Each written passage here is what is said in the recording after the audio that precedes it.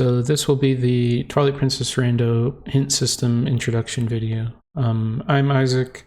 I'm one of the developers, and I guess the main developer behind hints for TPR. So I'll be trying to get everybody up to speed on what's going on with hints. So let's go ahead and get started. First thing to mention is that hints are still a work in progress. Most people probably aren't really going to be able to tell, just because it's there's a lot more to hints than is actually being utilized right now, but the parts that are being utilized should be solid for the most part. So at a high level, there's some other 3D Zeldas that you might be familiar with. The Ocarina of Time and Majora's Mask randomizers, those are the ones that will be the most similar to. And in those ones, you have the Gossip Stones, which are spread out throughout the world, and you go to each of them and talk to them or read what they have to say. And then that's how you get your hint. So for TPR, it will be the same sort of thing. Now, we don't actually have Gossip Stones, but what we do have are little signs, which are about the same size. But yeah, you will go up to a sign and read it, and then you'll get your hint. Something to mention, you can actually have more than one hint on any given hint sign. So for example, one of the distributions right now has 2 hints on a sign, but I think most of them will just have a single hint. And then last thing to mention here, I guess there's the question of how do we actually place signs around the world if it hasn't been done for us. And so the pattern we decided to use there is 1 hint sign per zone, so that it's easy to remember. And you might want to know what a zone is, but we'll go over that in just a second.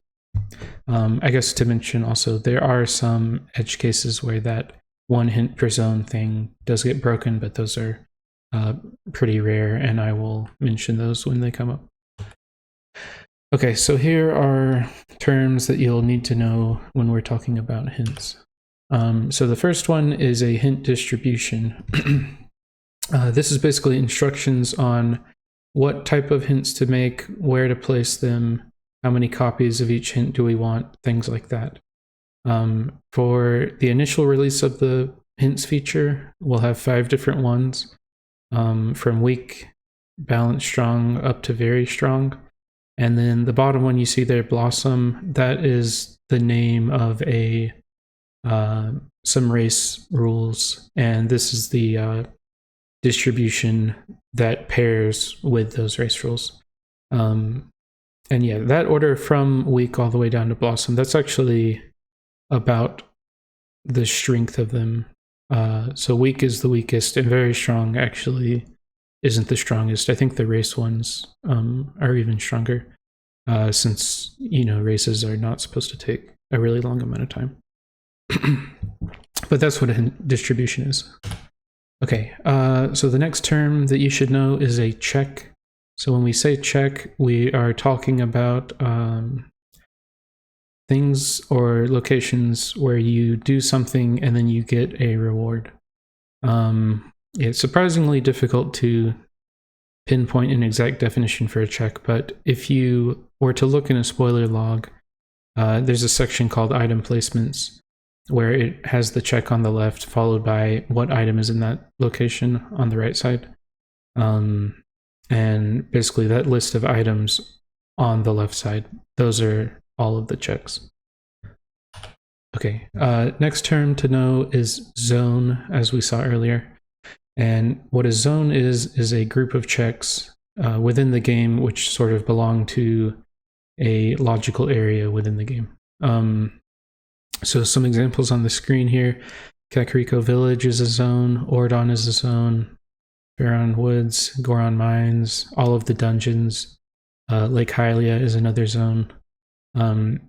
They are just how we have chosen to split apart the world into logical chunks.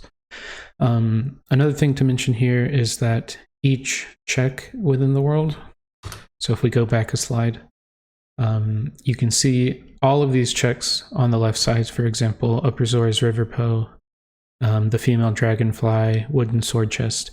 Each one of those will map to exactly one zone. So the wooden sword chest, for example, that's in Ordon. So we can, given a check name, we can figure out exactly which zone it belongs to. So wrestling with bow, that's Ordon also.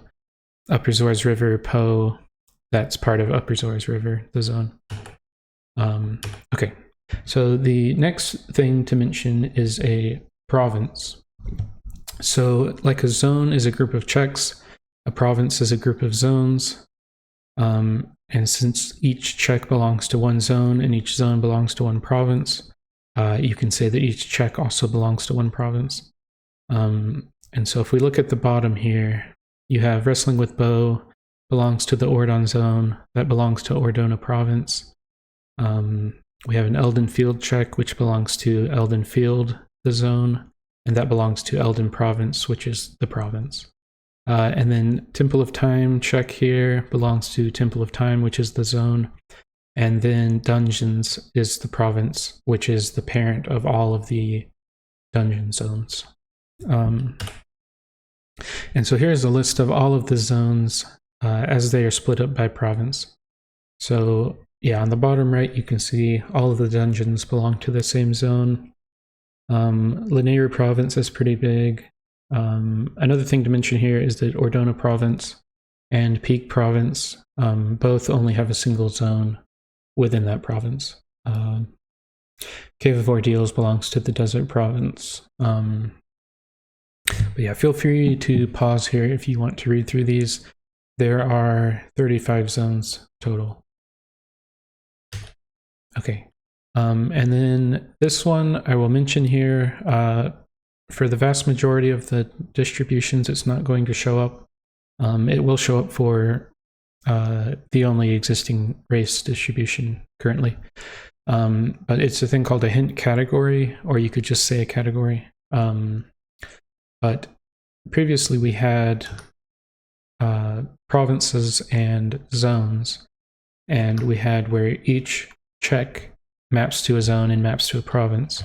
However, for categories, these are groups of checks that don't actually have to belong to a single zone. So if you look at the examples here, we have owl statues, grottos, underwater checks. Those would be the ones where you have to wear iron boots while you're opening the chest or the underwater goron, for example. We also have golden wolf checks, which are spread throughout the world, so they don't belong to any one zone, but we can talk about them as a group, as all golden wolf checks. And then, yeah, to mention the owl statue one, those would be 6 different locations in the overworld. There's 2 checks for each of those, and then the 2 at the right before the Temple of Time entrance. So that would be 14 total checks, I believe. Yeah, so that's what a hint category is. If you're not doing races, then you don't really need to know this, but you can know that it exists. And the things that I just mentioned here, the zones, the provinces, and the hint categories, all 3 of those things, if you wanted to have a parent name for those, they would be called areas. So a zone's an area, province is an area, hint category is a type of area. Okay, so next we'll go over hint spots. So a hint spot is a spot from which you read hints. Technically, they don't have to be signs from a code perspective, which is why they're called spots and not hint signs. It's just a little more general. But as it stands today, if you see a hint spot or something, you can just assume that I'm talking about a sign. Okay, so let's now find out where all of them are. So Ordon, and as we go through these, I'll point out when it's not the case, but you'll also, we'll be going through each of the zones one by one as well. So Ordon here is a zone which has its sign. And so the location of this one is, if you were to skip the prologue, I'm not sure exactly what the conditions are, but a lot of the times if you skip the Twilights and stuff like that, you'll start in front of Link's house, and you'll already have the hero's clothes. So from where you start, you basically roll forward one time and you're right at the sign. And you can see there's the gate that leads into the main part of the village. And so you can kind of think of your hints on this sign as your starting hints a lot of times. And in fact, in some cases, they literally are your starting hints, which is a concept we'll touch on later. But yeah, here's where Ordon is.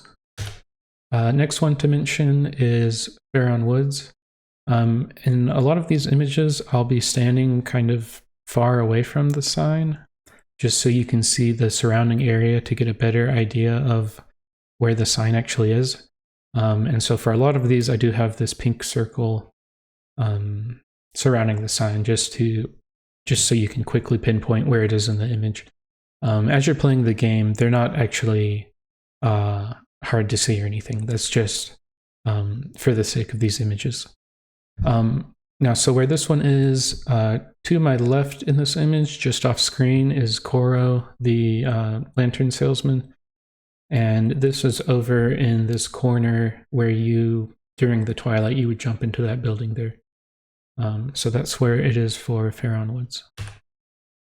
Now for Faron Field, which is the part of Hyrule Field which is located directly north of Faron Woods. This one, the sign is underneath the bridge. In the image here, just off screen to the left, once again, is the chest that you need Clawshot to access. In Glitchless, logically, you need Clawshot to access that.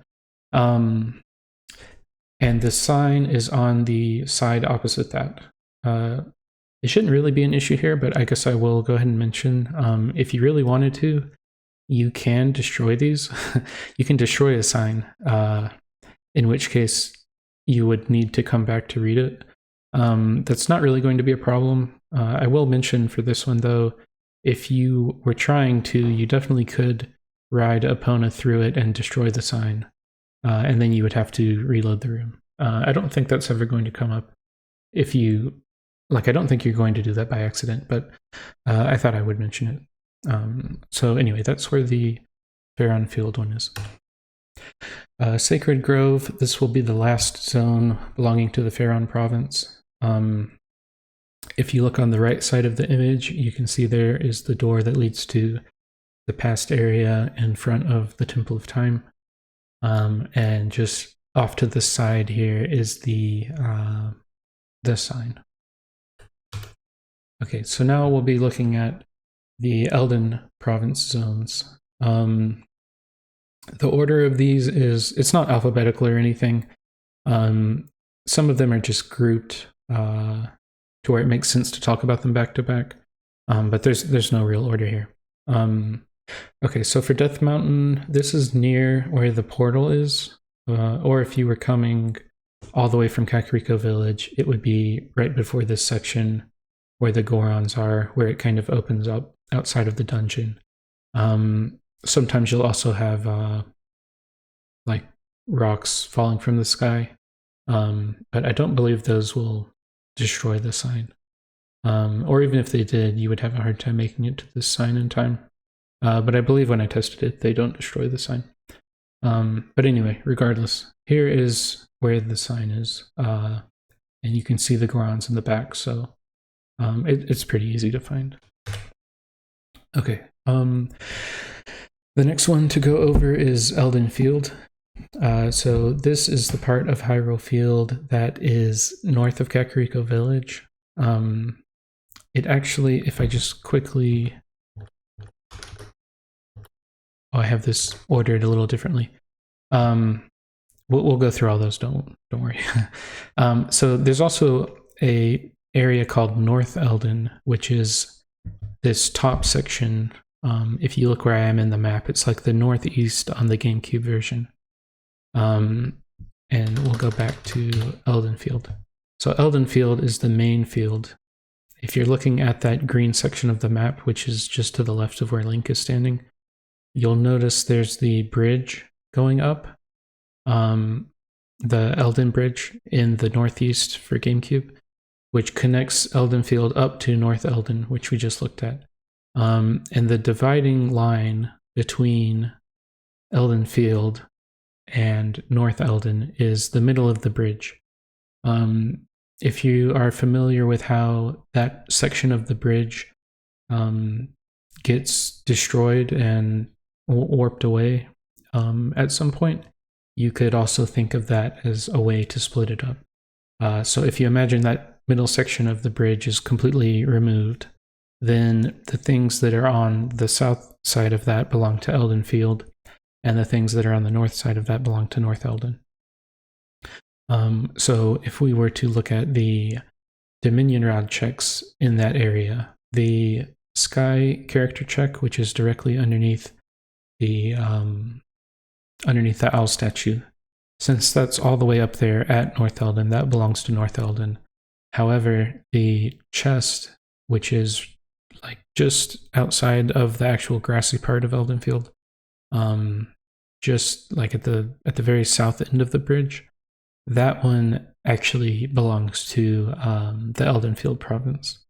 And that can be, you can compare that to how as soon as you exit north of Kakariko Village, there is the one chest behind the bombable rocks, which isn't actually on the grassy part of the field, but it is still considered part of Eldon Field.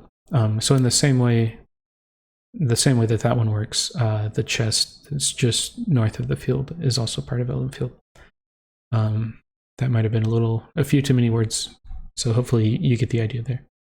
Okay, so now some stuff to mention about this sign. One of the kind of cool things here is sometimes you'll get a hint early on about the Goron Spring Water Rush check. And you'll get that hint before you actually visit Eldon Field.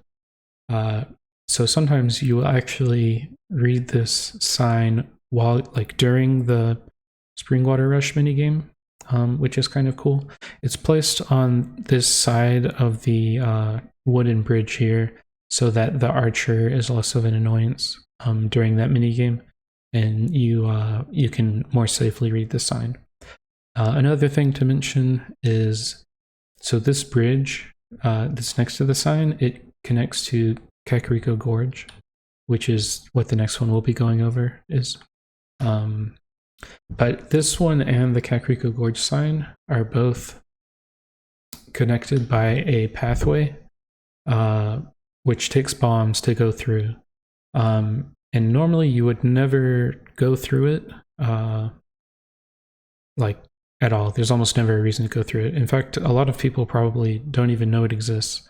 But that's one of the things I wanted to do with the hint sign placements, was give people a reason to go to these parts of the game that you normally there's no reason to ever go to them.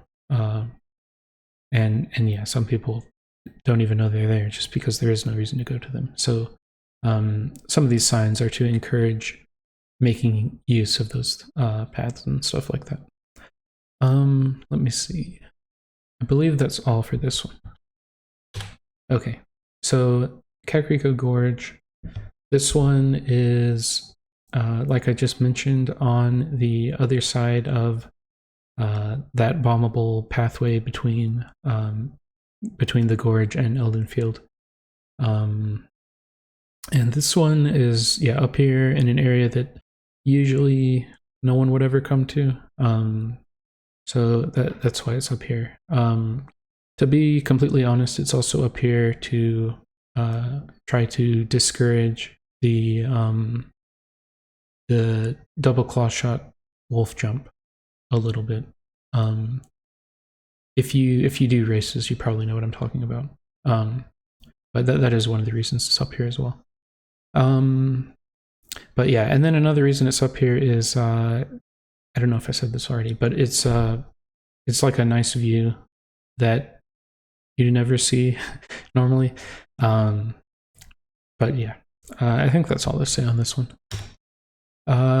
Kakariko Village, this one is up in the spring that is above the inn, where you have to take it's kind of like this long path that goes behind the Malomart shop. And if you were to blow up the rocks and then reload the area, there would be the Black Cuckoo would be up here. And if you were doing the bomb, well, what's the name? The Watchtower alcove chest, which isn't actually an alcove. That one where you have to use the cuckoo to fly to it. You would come up here. If you know the wolf jump to get there, you probably wouldn't end up coming here. But anyway, this is where it is. And one of the kind of neat things about this one is that you will actually heal as you go to the sign, since you'll be in the spring. So that's kind of cool. Okay, the next one to mention is the Kakariko Graveyard one. So the graveyard and the main part of the village, these are actually two different zones. So the graveyard would be, well, I think you know what would be in here.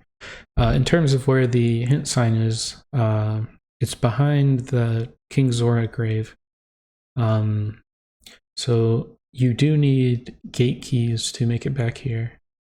And something to mention with this one that I figured out after I had already placed it. There's a trigger when Rutella is here, and you walk up to her, and then there's the cutscene where you do that check. As you approach her, it'll immediately start that sequence, the cutscene, and then do the check. It's actually possible to sort of go around the trigger, and then as Wolf, kind of stick your nose up in front of the sign, and you're able to read the sign without actually triggering the Rutella check, which could be useful if you are playing on some race settings where you check the sign and then it says that the graveyard is barren, and so at that point you would want to probably warp out without having to do the Rutella cutscene. Yeah, so that's something that I noticed there. But yeah, this is where it is, behind the grave there. Okay, so back to the North Eldin one. As we mentioned, this one starts at the middle of the Eldin Bridge and north of that. So the first check would be the sky character check underneath the owl statue. And then there's also a bug that belongs to North Eldin. The other bug would also belong to Eldin Field because it's way down there at the field. Now, in terms of where this one is placed, the sign, there's this weird circular, I guess, donut-shaped path. It's really weird. I don't know why it's there. And there's not really a reason you would ever come up there. So that's where the sign is. So that it kind of justifies the existence of whatever they were thinking with this thing.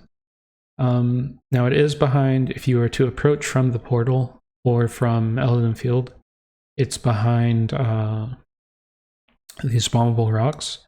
However, you can also access it from Linearu Field, which is the part of Hyrule Field in the north, just by taking the long pathway over to it. So you can technically access this one early on, even if you don't have bombs, depending on your settings. Yeah, I think that's all to say on this one. Okay, we also have Hidden Village. This one, the sign is over here next to the Cocoa Leader and the Howling Stone. This one, the first time you come in here, there's going to be a ton of archers. So yeah, I wanted this one in an area where you could read it without getting shot at, and then also in an area where people probably already know where it is. So yeah, that's where this one is. Okay, so that ended the Eldon province section. Now we're going to start the Lanayru province section, which I think might be the biggest one. It or dungeons, but I think it might be the largest one. Okay, so this section, or this zone, is called Beside Castletown. For GameCube, it would be on the west side. For Wii, it would be on the east side. The reason we call it Beside Castletown and not like west of Castletown or something is specifically because this game has the whole weird east and west or taboo words, because we have to have a word for something that works regardless of if we were to randomly flip it or not. So in any case, it's called Beside Castletown. And the sign for this one is up here next to where the Golden Wolf check is. Something kind of interesting to mention with this one, if you do have the Hawkeye, then from near the sign, you can view both of the bug checks, which is kind of neat. And then the other thing to mention with this one is there is a Poe way over on the opposite side of Castletown. So for GameCube, it would be on the east side, and for the Wii version, it would be on the west side. Now that one is actually considered part of Castletown and not beside Castletown. And that's just so that each of the zones are sort of continuous blobs that are next to each other. And we don't have one where it's like a blob, but then there's also one thing randomly way over here. I think that would be kind of weird. And in fact, the check name for that Poe, I believe, is called East Castletown Bridge Poe. Right now, that's what it's called, at least, which doesn't actually, or which is phrased as if it was part of Castletown and not outside of Castletown. So that's just one to keep in mind here. So that Poe way off by itself does not actually belong to this zone. Okay. So now moving on to Castletown itself. The sign for this one is just in the central area, right beneath the fountain. Yes. Okay. Yeah. I was just reading that there. Yeah. So that Poe we were just talking about, that does belong to Castletown. And this location, I think in some cases, maybe for entrance rando, if we end up with like a hub of some sort, then this one you could potentially use as a starting hint location. But that's just sort of an aside. Entrance rando is still being worked on. But yeah, that's where that one is. Next, we have south of Castletown. This one is below the fountain chest. Sometimes Agatha will be over on the flower bed, kind of near this one. Not a ton to say about this one. South of Castletown is the area. It's north of Farron Field. And it is south of the gates when you exit Castletown there. Now, in terms of naming it, I went with south of Castletown as opposed to something like outside South Castletown, because if you look at the number of syllables, you have south of Castletown, which is only 5, and then if you add outside South Castletown, that's like 6. I think it's kind of awkward. And then additionally, if you were to abbreviate this one, then you would have SOCT, which is just like socked, which is easy to read in a single syllable. Sort of like how if you had city in the sky, I just read that as like sits sometimes. I don't know if other people read it that way. But yeah, it rolls off the tongue. Whereas if you had like outside South Castletown, it's like OSCT. Yeah, I don't know. I just don't like it as much. So anyway, that's the name of this one. Okay, the next one belonging to Linear Province is the Great Bridge of Hylia. The sign for that one. Great Bridge of Hylia being one of the zones of Linear Province. So in terms of where this sign is, it is near the two owl statue checks. I think a lot of people, it may not have even occurred to them. I don't think it occurred to me initially. But there is a platform up here. There's never a reason to come up here if you're just playing the game normally. So yeah, a lot of people might not have even thought about its existence, but it is up here.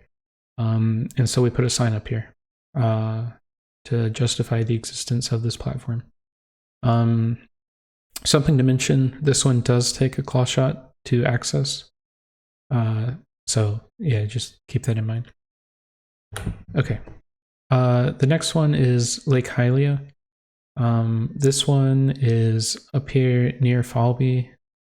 There's not a ton to say on this one. The placement, though, there are cases where, like in the race distribution, you'll have the Baron hints. A zone will get its own copy. One of the copies of the Baron hint goes to the zone. So the sign is placed such that you can read it without necessarily wasting a ton of time here. If it turns out, oh, like Hylia is Baron, I should just go away. So anyway, that's where that one is. Okay. Yeah, the next one is Lake Lantern Cave.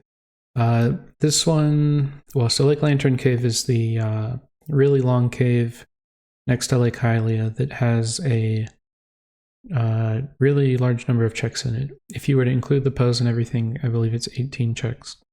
It's also called Hype Cave sometimes.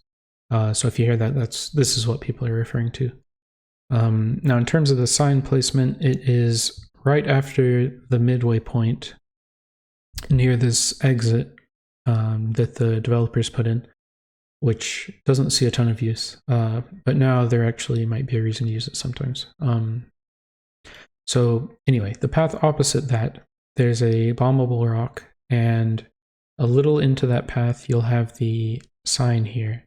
The reason the sign is placed this distance into the path is that we didn't want someone with ball and chain to throw the ball and chain through the rock and then accidentally destroy the sign. And then, now they have to leave and come all the way back here if they want to read the sign. Yeah, so that's where it is halfway through. And then another huge thing that factored into the placement of this sign, which we haven't mentioned yet because it hasn't come up, is a type of hint which I believe is new to this randomizer. I don't know if anyone else has done it. But it's called a beyond point hint. And so an example would be if the sign said something like nothing beyond this point, or the opposite of that would be something good beyond this point. And it essentially tells you the status of the checks that you would run across if you were to continue beyond that point.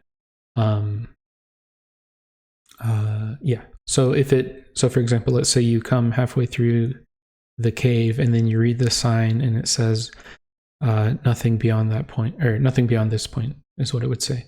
Then at that point you could turn around and take that exit and then leave, because you know that the second half is all dead checks.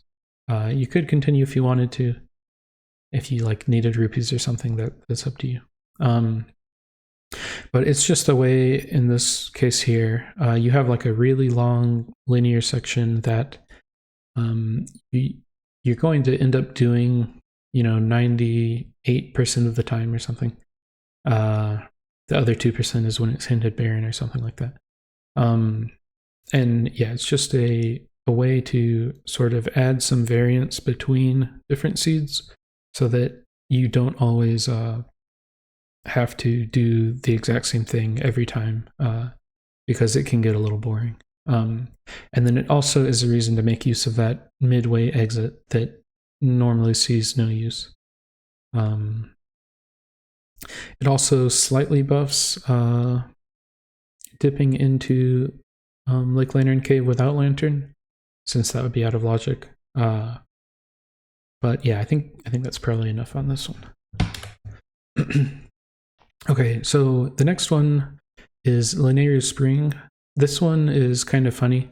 So the signs, you can actually read them underwater. And there's nothing stopping us from putting one underwater. So we did. Now in terms of where it's placed, it is between the two chests that are underwater in the Linear Spring. Originally it was somewhere else in here, but yeah, it was just kind of boring. Or, too similar to the other stuff. So yeah, this is the only one that is located underwater. So that's kind of one of its gimmicks. Something to mention with this one, you can read this one with just Zora armor. You don't actually need iron boots or anything. Though you can also read it with just iron boots and no Zora armor. So either way, you only need one of those items to access it. You could also use magic armor with no rupees as well. And then I think the last thing to mention on this one, it was placed in between the two chests where it is, so that you're able to, if you don't have Zora armor but you do have iron boots, you're able to use iron boots to access one chest and then move over, read the sign, and then move over to the second chest and open it, and then swim up and do all of that in one breath without drowning. So yeah, it was placed specifically for you to be able to do that, and I can confirm that you are able to do that fairly. Like if you know, I think if you had never done it before, maybe you practice it like 3 times and then you'll get it every time. It's not very difficult. Okay, next is Linear Field. So this one is this is on the north side behind this bridge, right next to the pathway that goes to Zora's Domain. So if we were to look back on Elden Field and Kakariko Gorge, how there was that unused pathway that we wanted to encourage the use of, same sort of thing here, where normally you would never take that pathway, but by putting a hint sign on either side of it, if we look at Zora's Domain, this is, if you look on the green part of the map to the left of Wolf Link, you can see that path behind Wolf Link. That's the other side of the path that is north of this sign in Linear Field. So yeah, both of these signs are on the opposite sides of the Balmol Rock there, and that's to encourage sometimes using that path. It can also be a reason to delay going to Zora's River, or not Zora's River, sorry, Zora's Domain in some cases, because you may want to wait until you have bombs and then you're able to read both of these hint signs back to back. And if you were to do that without bombs, then the Linear Field one might be a little more annoying to access. But in any case, another thing to mention with this one is it's probably hard to see in this image, but underneath where the iron boots are, there is a heart container. It looks like a few red pixels, but yeah, you could walk up to the bridge, or not the bridge, the fence, and go into first person to get a better view of that, or you could also use the Hawkeye. Another thing to mention here, this is more geared toward racing, but you may sometimes come up here. Let's say you only have Lantern and you don't have other items to do checks here.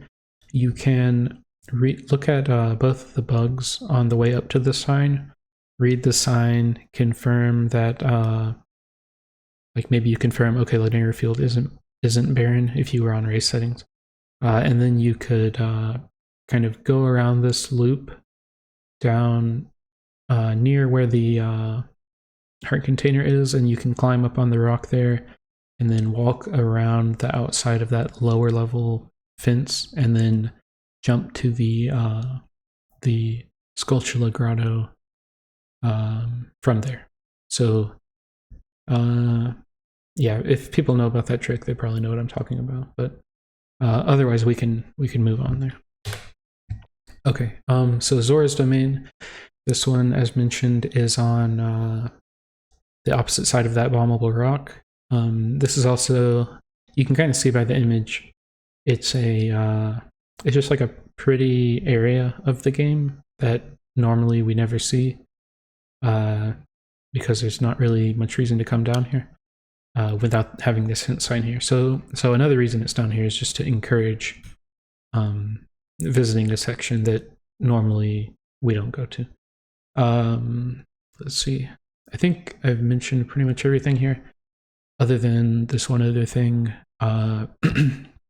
You might think that you need bombs to access this sign, but you can actually access it pretty easily. So here's an image of when we come here from the warp portal, the Zora's Domain portal. If you walk over to this corner, right where I'm standing here, if you just inch over the corner to where you grab the ledge, then you can just press A to drop down, and you'll land on this image, kind of over near where that waterfall is, on the left waterfall in the image, and then you can just walk over here. And you can do that as both Wolf Link, or you can also do it as human. Now, if you don't want to do that, you can also, there are some bombable rocks, which are, it's, in this image, it would be sort of back into my left. So that's another option. But yeah, just wanted to definitely show how you can access that sign without having bombs or anything. Okay, and then now we have Upper Zora's River. This is, you can get here from Zora's Domain if you were to swim out. If you look on the map in the bottom left of the image, if you swim, or you can take that land route, but the south exit, which doesn't go to Linear Field, that's how you can get to Upper Zora's River. And then from there, if you enter the fishing hole and you have Henna's hut, on the opposite side of that is where the hint sign is. And there's also like a beehive, which is above where the sign is as well. Okay, so those were all of the Linear Province zones, and now we'll be going over the Desert Province, which is Gerudo Desert, Bubbling Camp, and Cave of Ordeals. So the first one is Gerudo Desert. There is, if you look in the bottom left corner of the image where the green map is, you can see there's like a upper circular part, and then there's the bottom part, which is everything else. The upper part, that circular part, is the lower desert, which is where you get to once you jump down from the top level. And then the bottom part of that green map is the upper desert, which is sort of like the first half of the desert. So in terms of where the sign is placed, there's a giant gate that separates, it's to my left in this image, that separates the upper desert and the lower desert. And to the side of that, there's this sort of long pathway, which has nothing at the end of it normally, that you can jump off of. And so we put the hint sign at the end of that pathway.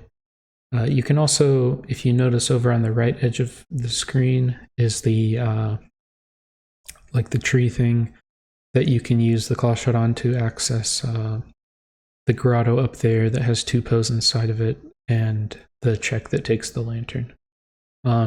So yeah, this sign is kind of just placed approximately the middle of the desert on this pathway that otherwise sees no use.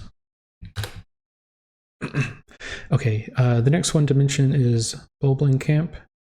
So in the top north corners, for GameCube, it's the northeast that has the roasted boar. For we, the roasted boar would be in the northwest corner. So it's in the northern corner that does not have the roasted boar. So opposite of that, where you're going to find this sign. And it's just on the northern edge. You can see there's a sort of like a wooden X shape behind it. But yeah, that's just where you find this one. And worth mentioning here, the difference between the Gerudo Desert and the bowling camp. So if you look on the green map in the bottom left of the image, you can see the blue arrow, which is where I entered this area. So that entering this area is where bowling camp starts. And it goes all the way up to the entrance to Arbiter's Grounds. And in front of Arbiter's Grounds is where you have one Poe, and then you also have the lantern chest. Both of those are still considered part of bowling camp. And you get there if you just walk out the northern exit of this room. So it's 2 rooms back to back is what makes up bowling camp. If we go back to the previous one, looking at the Gerudo Desert, at the northern end of the lower desert part, there is a Poe, and there's also a chest, and there's also a golden wolf check. All 3 of those are still part of the desert. It's not until you actually go through that loading zone to get to this room that you transition from being in Gerudo Desert to the bowling camp. Okay, and then the third and final zone belonging to the desert province is the Cave of Ordeals. This hint sign is visible as soon as you walk in, before you jump down or anything. It's basically the first thing in here. So it does act as a normal, it's just a normal overworld hint zone sign. There's nothing special about that. The special part about this sign is that if they're enabled in your distribution, which they should be for all distributions by default, I believe, you will get your Cave of Ordeals hints on this sign, and that basically just tells you what the reward for each check in the Cave of Ordeals is. So let's say you're playing where Poes are vanilla, then in that case the only relevant check is the Great Fairy reward at the very end. And so this sign would tell you, if you do that check, you'll get a purple rupee or something, and that way you don't have to waste all your time doing it. Or let's say it actually was something useful, like what could be there? I guess a sword, maybe.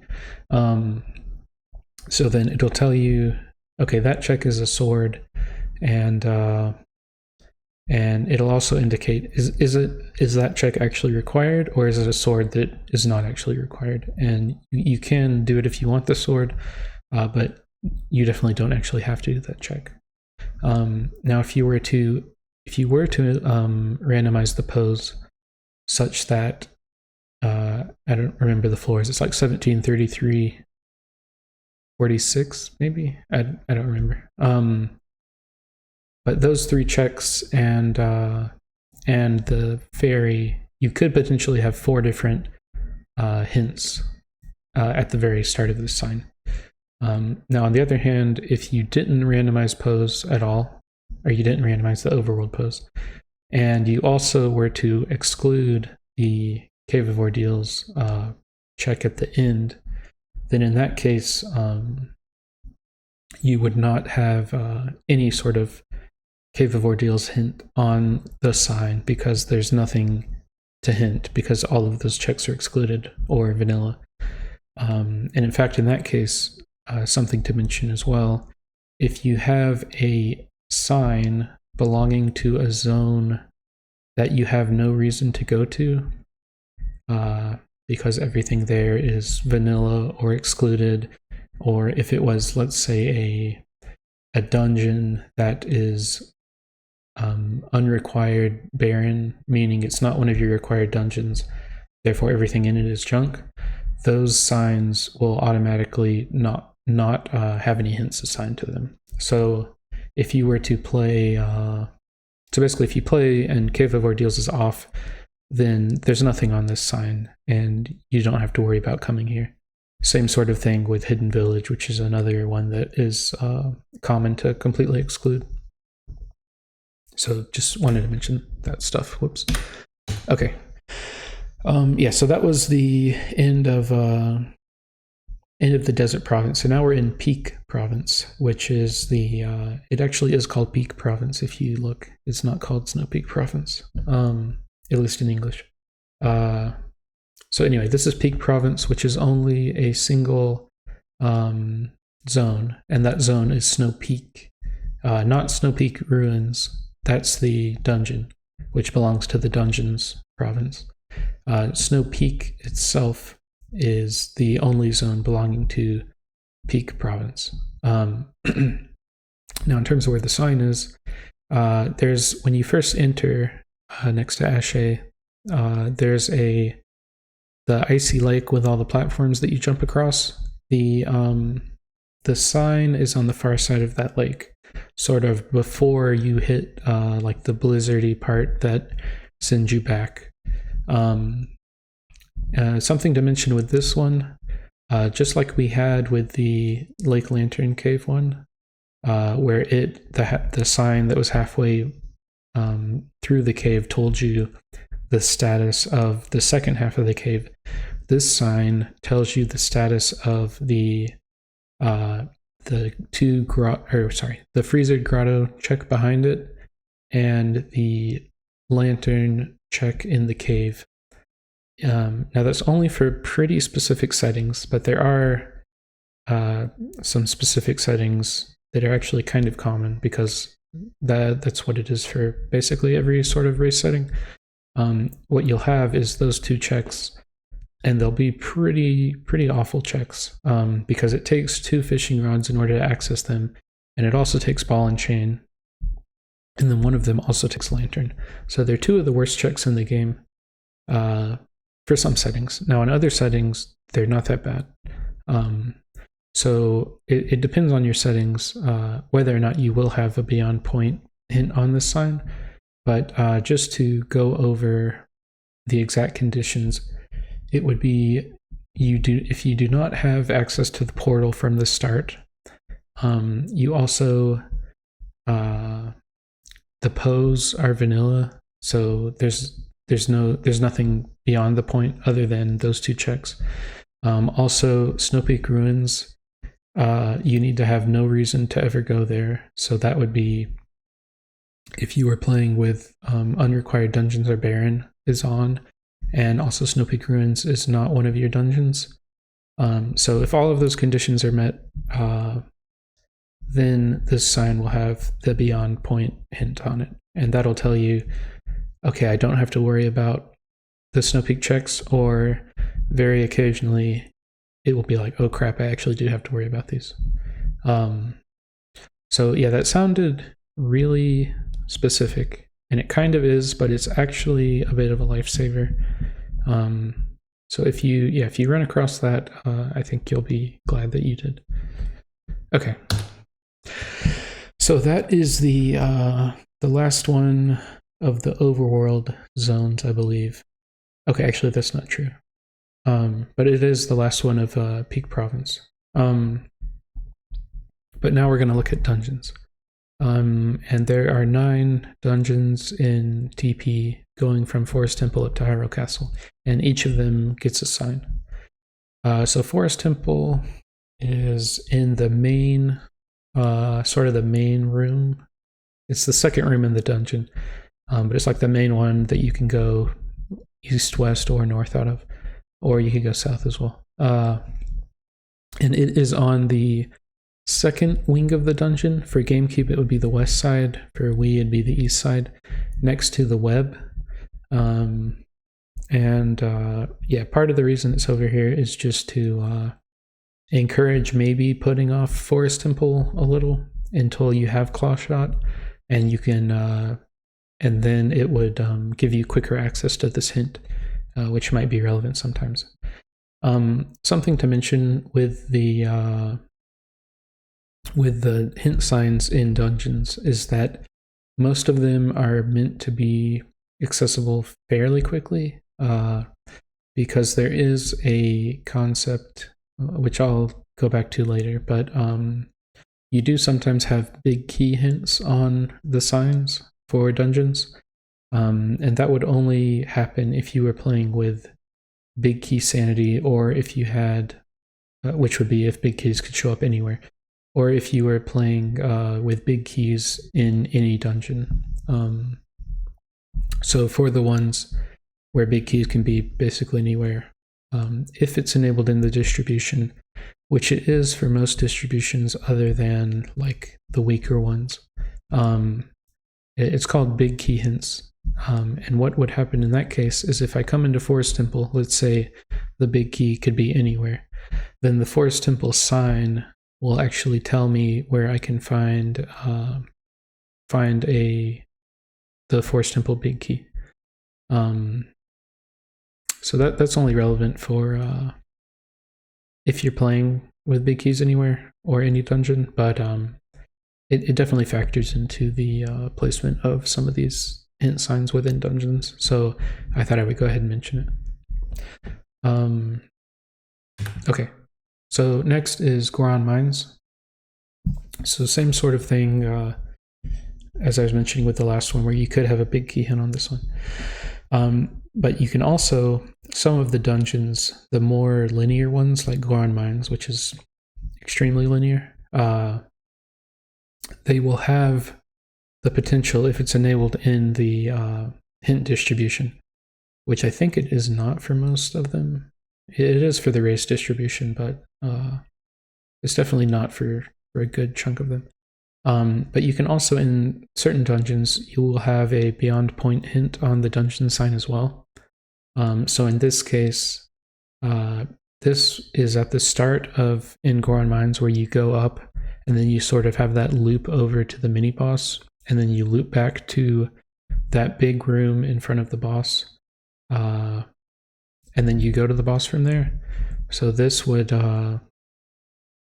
it would be able to tell you whether or not you actually need to worry about that loop through the mini boss, and that's just to sort of have some variance between seeds, so that it's not just, okay, I'm going into Goron Mines, it's literally the exact same thing every time. You also get a bit of, if it does tell you, hey, there's something good beyond this point, then you can go and then let's say you find a good item and it's like the second check, then there's a question of, well, I found a good item. Is that the only good item and I want to just go ahead and bail out now? Or do I want to, or like, am I afraid that there are more good items there and I do want to go ahead and full clear it? So that's a bit of a question there. That's mainly relevant for races. If you weren't in a race, then you might want to go ahead and full clear the whole thing. But if you're not playing in a race, then you might not have that beyond point hint on this one at all. Okay. I guess another thing to point out the location of this one, there's that big rotating platform above the water. That's the room right before this one. But okay. So next one is Lakebed Temple. This one is in the lower west wing on GameCube. For Wii, it would be the lower east wing. It's the second half of the dungeon that you do.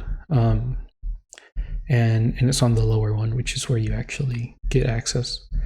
Now this one is also one that can have a beyond point hint if it's enabled within your hint distribution. And so in that case, it would tell you whether or not you need to worry about doing the second half of Lakebed Temple. And that's just, once again, to add some variance between seeds. So it's not just the exact same thing 100% of the time. Okay. Arbiter's Grounds, same sort of thing here, where this one will tell you if it's enabled. This is more of a race thing, once again, but it will tell you the status of the second half of the dungeon. So whether or not you need to worry about some useful checks in the second half, or if you just need to go clear the boss. And the second half does actually include the boss itself.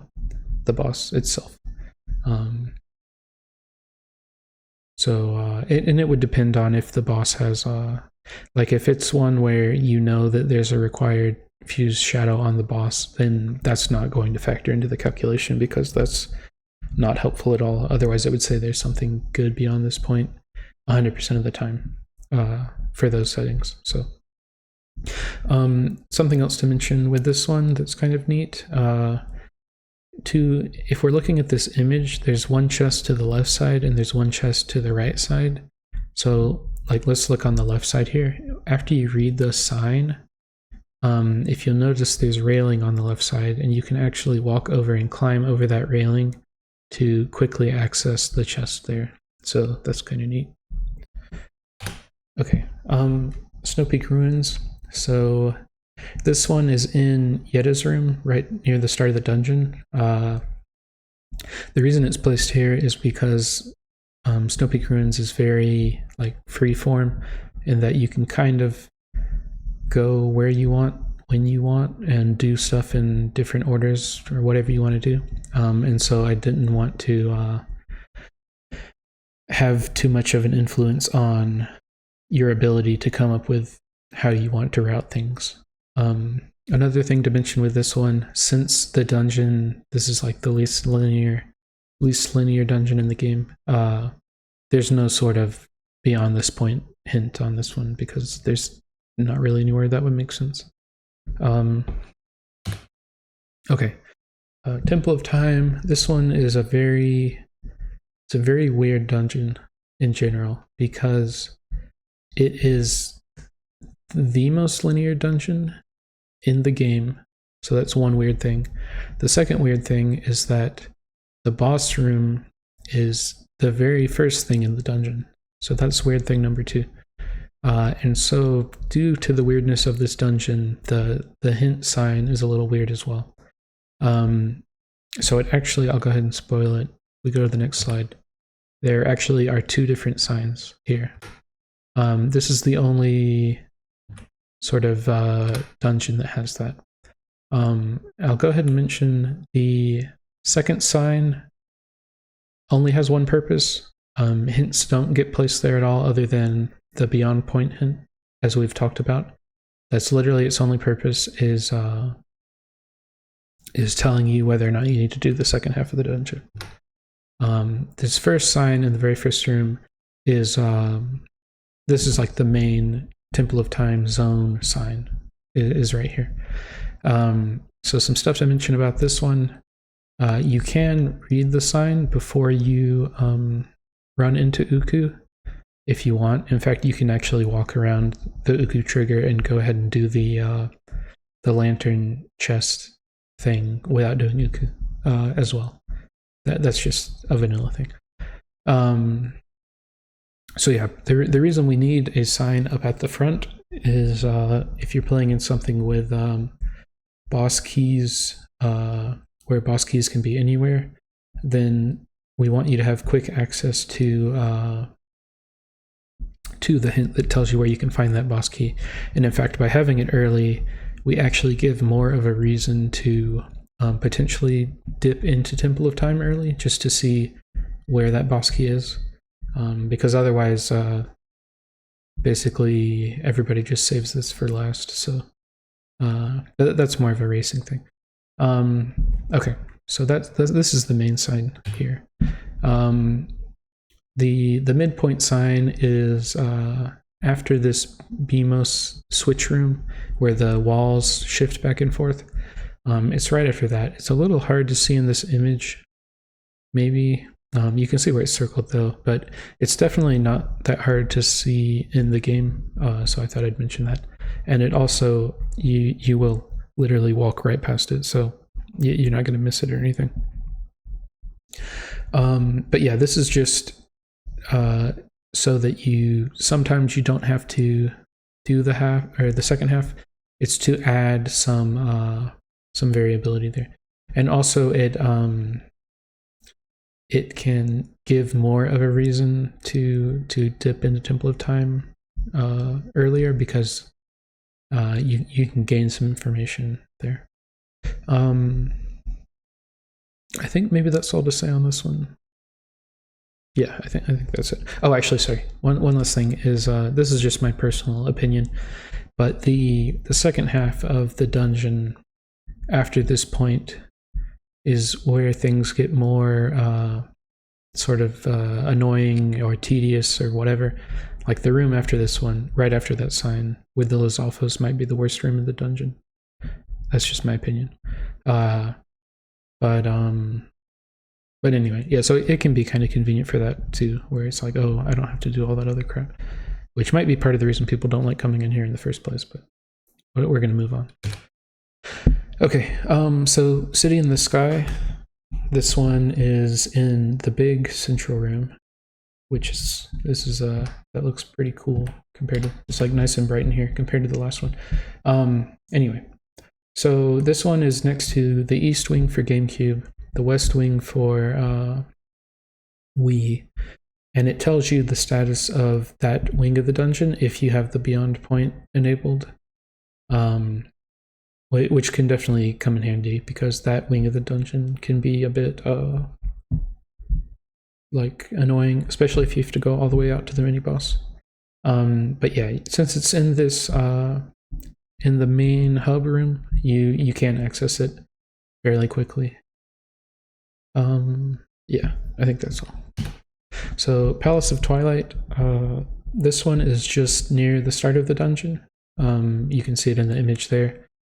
Not a lot to say on this one. I did want it to be here at the start to like not have a huge influence on where you decide to go in the dungeon first, because I believe starting in 1.2 will have it to where Palace of Twilight is less linear and you're able to sort of decide where you want to go first.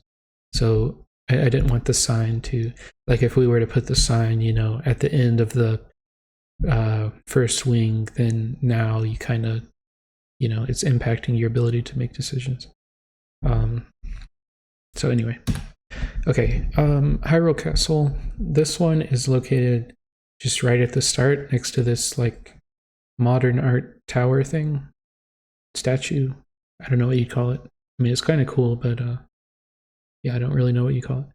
But anyway, that's where the sign is. Now, in some cases, let's say you were playing with where big keys can be anywhere, for example, then in that case, the Hyrule Castle big key is sort of like your light arrows in Ocarina of Time, maybe. That might be kind of a fair comparison. And so this sign, in that case, it would kind of act as your light arrows hint, where you come in and then it's, well, I didn't find light arrows, so where is it? And so that's part of the reason it's up at the front here, so you don't have to climb the entire dungeon, which would take a really long time just to get that hint. Additionally, yeah, it's just kind of a, I don't know, it just seems like a reasonable spot. Yeah, so that is the Hyrule Castle one. Next we have Agatha's Castle. This one is special in that it doesn't function like, for example, Lake Hylia or Kakariko Village or Ordon. Those are like signs that you can actually place hints on. This one does correspond to the Agatha's Castle zone, but you cannot place your own hints on here. Either if you have the Agatha reward hints on, which they're on by default for everything, because there's really no reason for them not to be, unless you just like pain. Yeah. Which if you like pain, then you might not want to turn hints on at all. So if you don't turn hints on at all, then the hint won't be here. But and in the future, you could make your own custom hint distribution, but we that's not going to be part of 1.2 for sure. But back to this sign, it will give you the Agatha Rewards hint, which we'll touch on the types of hints later, but it essentially tells you hey, here's all of the good items that Agatha can reward. So that would be, like swords or lantern or ball and chain or iron boots, stuff like that. Or it'll additionally tell you, let's say there isn't anything good on Agatha. It's all, just ammo refills and rupees and stuff like that. Then it will just tell you, hey, there's nothing good here. Phrased in a little more in-universe way, but yeah, that functionally that's what it does. Okay, I think that's all. And is this the last one? Yeah, so this is the last one. This is the Giovanni's house sign, which is located right outside Giovanni's house. And this is also a special sign that you cannot place hints on. Part of the reason you can't place hints on these as well is they don't function in the same way where, it's like a series of text boxes. These ones, it's actually like one big text box that doesn't have any sort of viewing box 1 and then you view box 2. It's just one big box, and that's all there is. So yeah, you can't place hints on this one either. But what this one actually does is it tells you the Giovanni rewards hint. And what that one does is right now there's a 60 postal hint. There's also a 20 postal hint.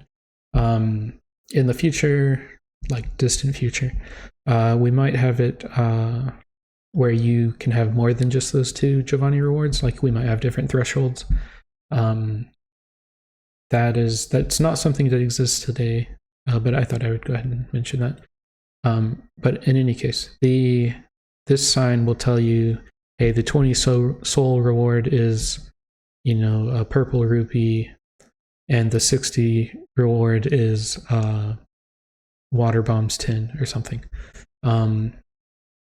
Just like was mentioned with the Cave of Ordeals hints, they will also indicate whether or not that one is required or not. So it would be like orange rupee not required, and then maybe you have one where it's like Dominion Rod required is on the 20 soul reward or something. Another thing to mention about this is the hint distributions do control when certain checks are hinted by Giovanni. So for example, the Blossom hint distribution requires that you find you have to find at least 10 souls for us to hint the reward. So for example, in that rule set, you start with 15 post souls, and the 60 reward is excluded, and the 20 reward is only 5 souls away. So we don't hit 20, and we don't hit 60 either because it's excluded, so we just don't hint it in general. And so in that case, this sign would actually just have the vanilla text, which says Giovanni's house. I believe that's what it says.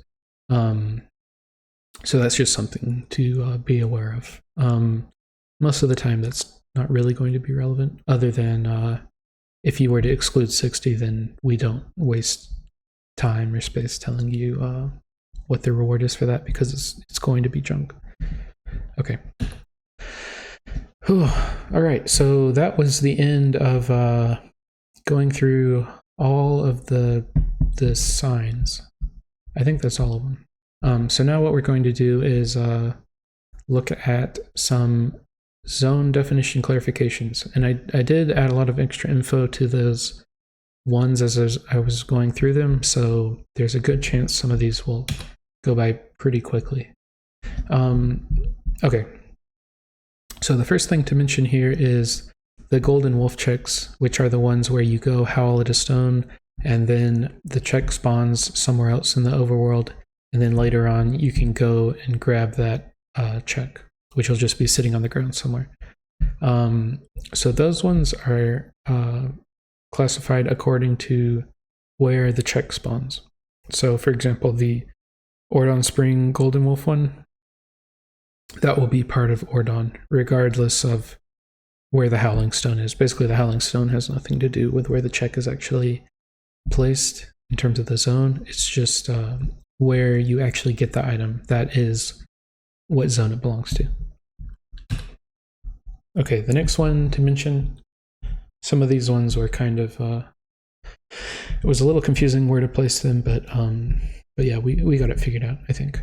So Goron Springwater Rush is actually very comparable to a Golden Wolf check in that you do a thing and then an item spawns in the world, and you can save the game and quit and then come back 2 weeks later and the check is still going to be there. So for that reason, this one is classified with the same sort of logic that we use for Golden Wolf checks, which is to say you do a thing and it spawns an item at Elden Field. Therefore, this check is considered part of the Elden Field zone. So yeah, that's where that one is. The Isa checks, these ones are Upper Zora's River. I could go into more detail about this, but I think if I didn't even tell you what the other option might have been, then you wouldn't even know. The other option would have been Lake Hylia, but I think that that's super unintuitive, and the only reason it was mentioned is for other reasons that I'm not going to get into now. But I will go ahead and just tell you that the Isa checks, or Isa, however you want to say it, are part of Upper Zora's River. So Plum, by the same logic as the Isa ones, it's based on where you actually go to do the minigame, and the area that you go to do the minigame. If you say, hey, I need to go do this check, you go to Lake Hylia for that. And so that's where this one is placed.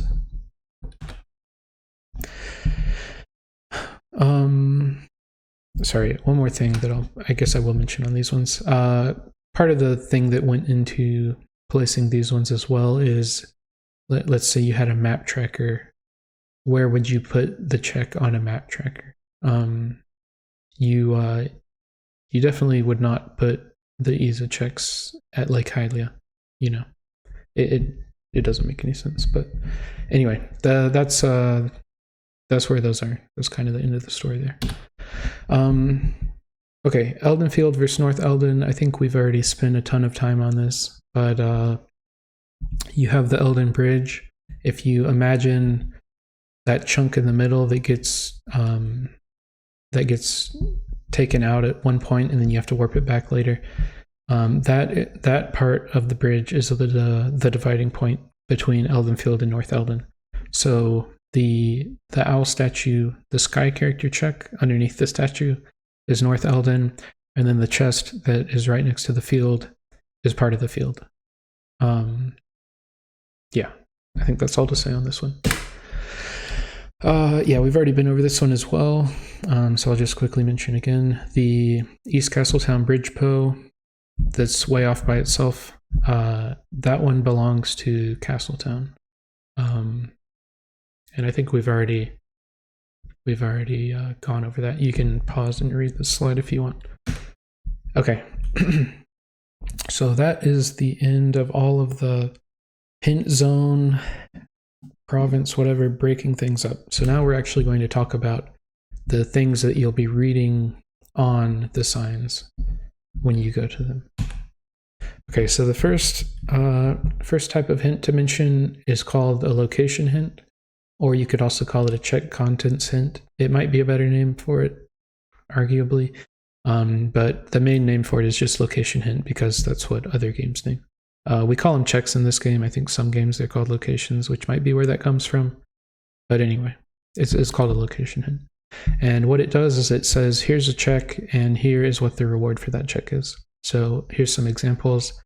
So you have Farinfield Bridge Chest is a spinner. The spinner, actually. The exact way this is phrased, we will definitely improve it in the future because it can be a little awkward. But yeah, we kind of had to, you have to draw the line somewhere in order to get 1.2 released. And this is very low payoff for very high effort. So we'll definitely be saving that for a future release to make the wording for location hints sound a little cleaner. But anyway, for now, this is how they're phrased. And yeah, so they just tell you check gives you this thing. Additionally, later we're going to go over something called an always hint and a sometimes hint. But just know that always and sometimes hints, they are just location hints. There's just a little more special stuff going on with them, but there's nothing different about them. And in fact, if you were to look at what does the hint resolve down to from a code perspective, they're all just location hints. Okay, the next one to mention is an item hint, and this just tells you here's an item that you can find at this area. There's a little more to it than that. Maybe.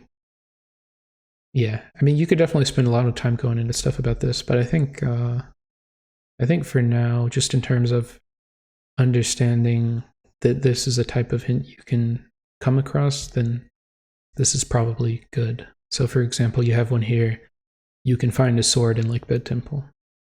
So that's kind of some useful info there. Okay, the next type of hint is a barren hint. Some other randomizers might call it foolish. We're calling it barren. It's the exact same thing. Just maybe a little more professional. I don't know. That's just my personal whatever. Okay, so yeah, it just tells you here's an area and there's no reason you need to go there.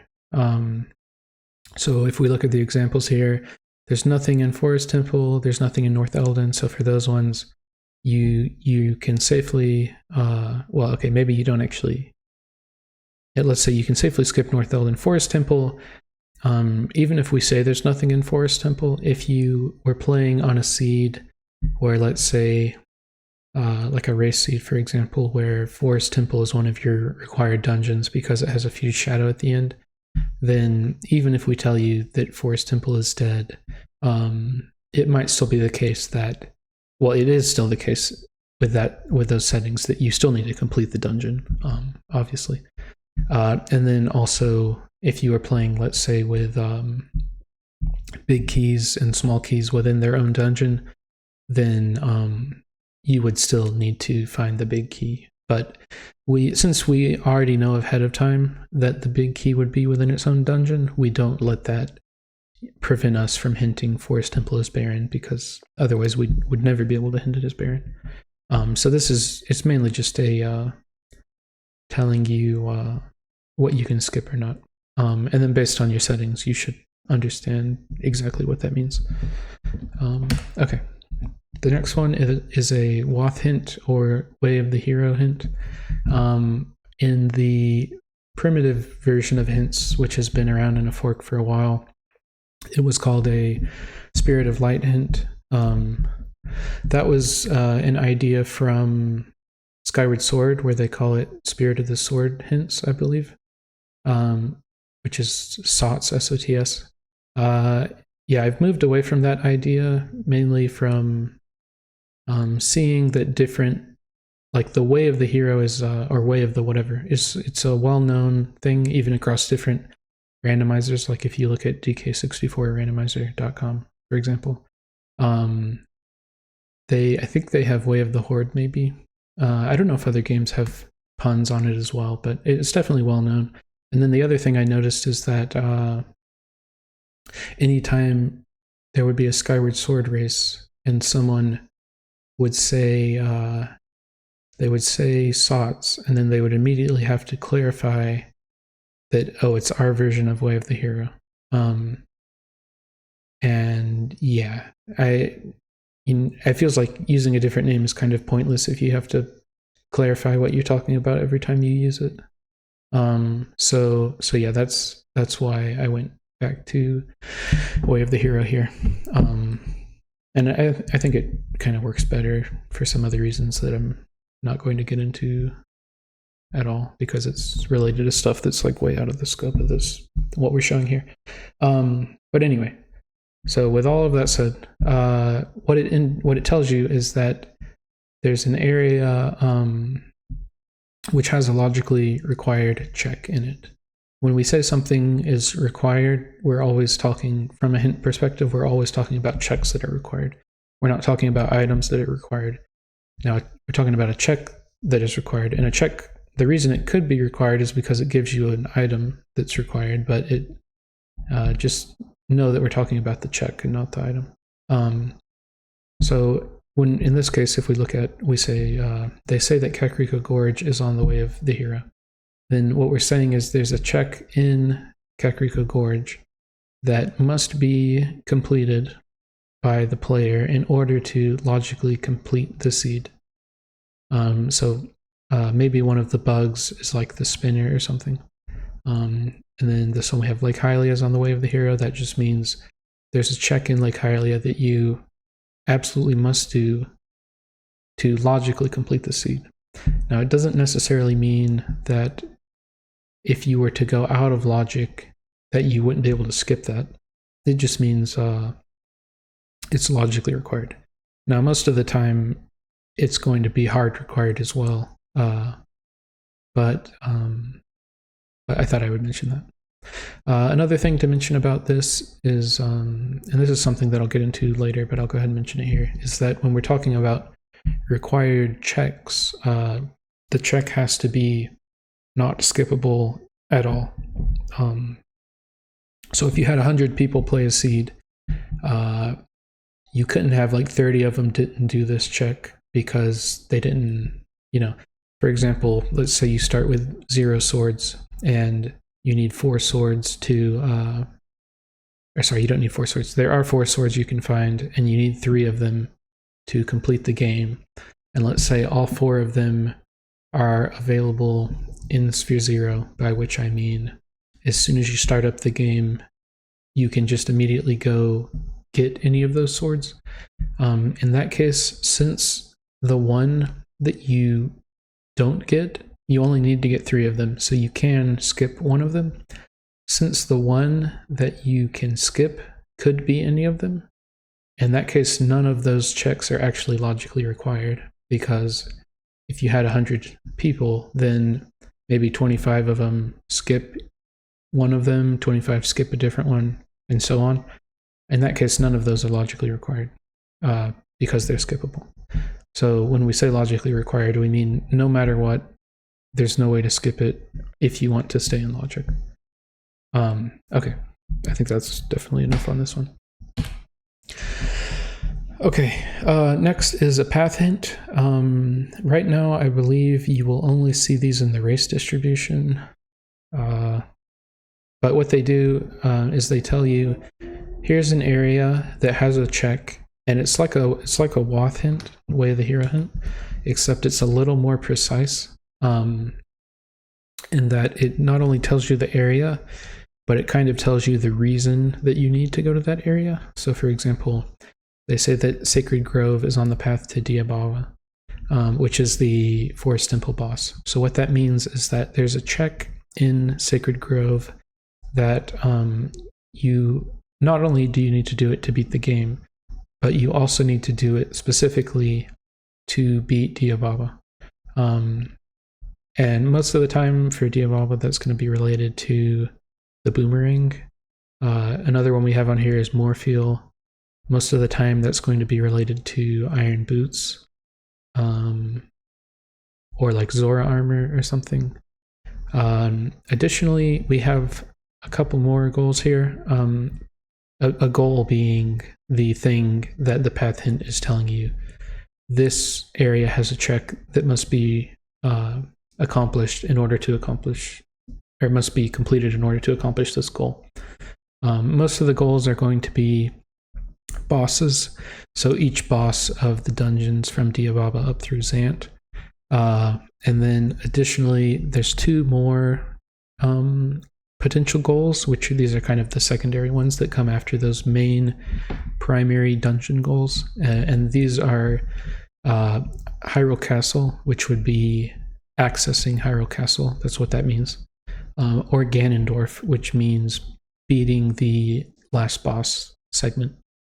Now the Hyrule Castle one, I guess the way those last two work is that nothing that is on, like we have things that are path to Hyrule Castle. So for example, Boomerang is path to Diababa, and let's say you have to beat Diababa to access Hyrule Castle because fused shadows, you need 3 fused shadows to get to Hyrule Castle, for example, and they're on bosses. So in that case, the Boomerang, not only is it path to Diababa, but it's also path to Hyrule Castle, and it's also path to Ganondorf, right? So what we do is we start at Hyrule Castle, and we say all of these checks are on the path to Hyrule Castle, and we filter out all of them that are also on the path to your primary dungeon bosses, which would be Diababa through Zant. So Boomerang is path to Diababa, therefore it gets filtered out, and we say it's not path to Hyrule Castle. And then in that same sort of thing, anything that's path to Hyrule Castle is not path to Ganondorf. And that we got that from Wind Waker. So if you're familiar with Wind Waker Randomizer, it's the exact same sort of thing here. And so what that means is that if you are playing on with settings to where, let's say you need 3 fused shadows from bosses in order to access Hyrule Castle, then having something be path to Hyrule Castle, I don't think it's ever going to show up. The only way you can get anything path to Hyrule Castle currently is if you have dungeon rewards be anywhere, I believe. Another thing to mention, so path to Ganondorf is going to have a lot of the things filtered out. So if you do wind up with something path to Ganondorf, then it will likely be, that likely means it's not on the path to any of the other possible goals. So a lot of the times it'll be something like the spinner, if you don't need to use the spinner for anything other than the very end of the game, or like the Boomerang, or maybe a second claw shot or something. Okay. Yeah, I think that's all on this one, or at least this slide. Okay, so here is the second slide for path hints. And this is just talking about big keys set to anywhere or any dungeon. Big keys set to anywhere, you could also call that big key sanity. Now for those when that's your setting, and this is only relevant for those, path hints are calculated as if you have all of the big keys when you start the seed. The reason for this is that if you don't do this, then the path hints kind of lose all their value, because if we look at the example here, if your Forest Temple big key, it could be anywhere potentially. So let's say it's on the Stallard Heart Container, which is a new check in 1.2, where Stallard actually does have the dungeon reward and its heart container is a separate thing. In that case, if your path hint is helping you get toward the big key, then it's not really even a path hint to Diababa, it's more like a path hint to Stallard. So you basically lose any ability to predict what your path hint is even talking about. And so it basically kind of loses its value as a path hint. So this probably, well, one, you might not even play with these settings, so you don't really care. If you do play with these settings, I don't know, this might look kind of weird, but I promise you it actually makes a lot of sense. and it makes things way better, because your path hints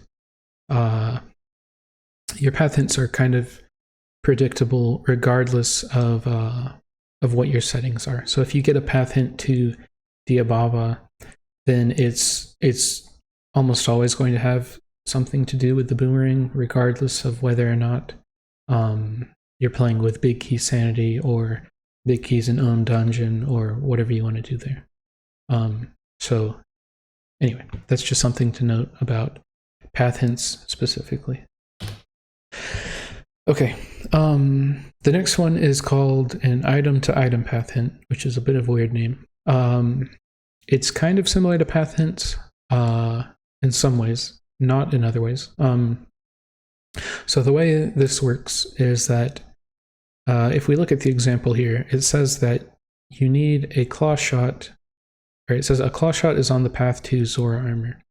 And what that means is that if you were to, well, if we talk about exactly what it means from a code perspective, if you were to take every check that rewards a claw shot, and then you say, okay, now they just give me a green rupee, which means you're unable to find claw shots anymore.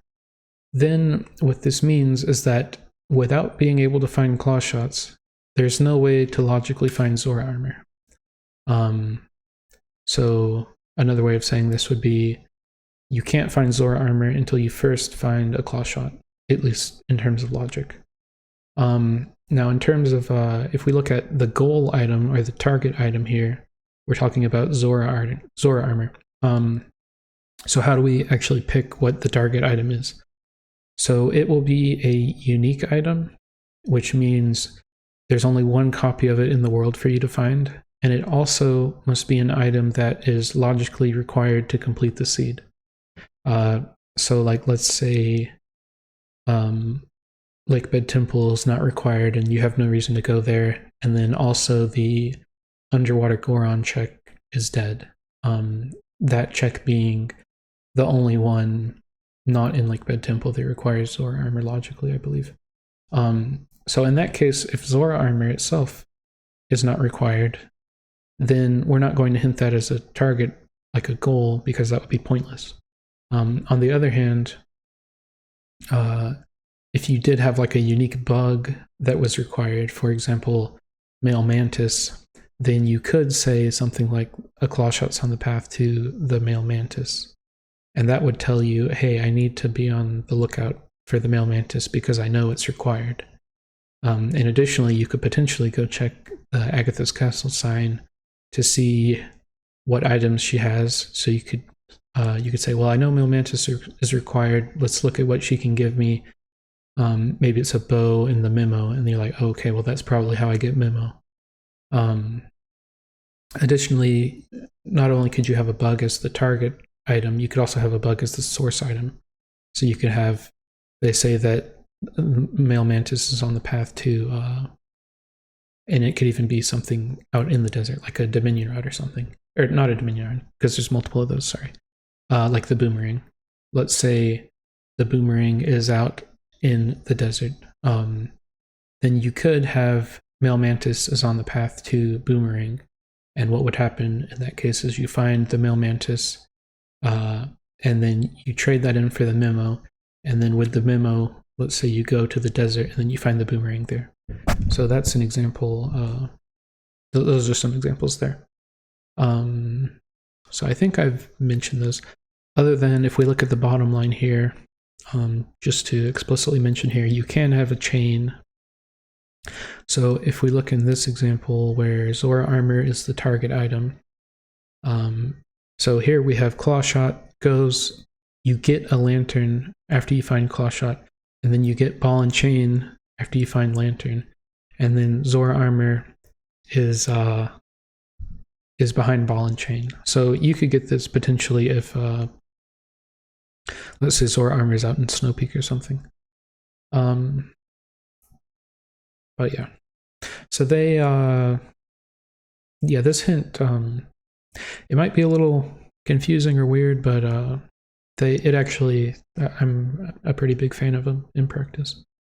Okay. So the next one, num item in area hint. So that is short for the number of a certain item in a certain area. This one is pretty straightforward. So here's a hint. They say that 2 swords can be found in Lanayru province.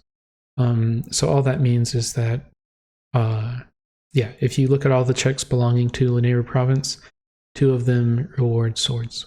And you could do that with any sort of item and any sort of area. You could also, it doesn't have to be a province, you could also do like 1 sword in Kakariko village or any sort of thing there. It's just how many of this item in this area.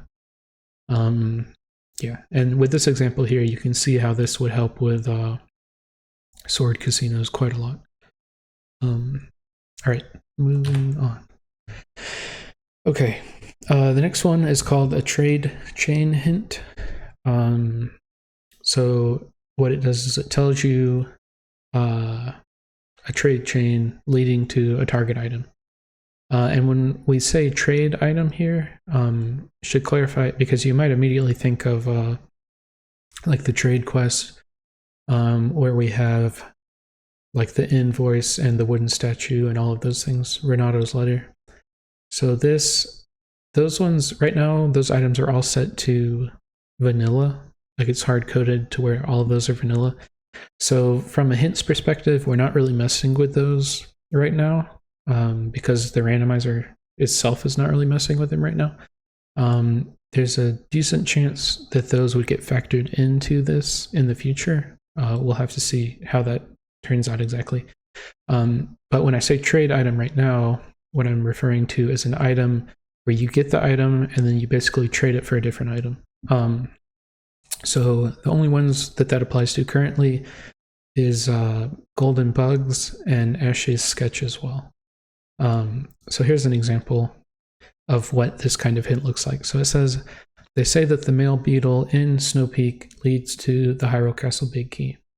Now this is an example of a big key hint that you might get. Let's say you were playing with big key sanity on, such that the big keys can be anywhere.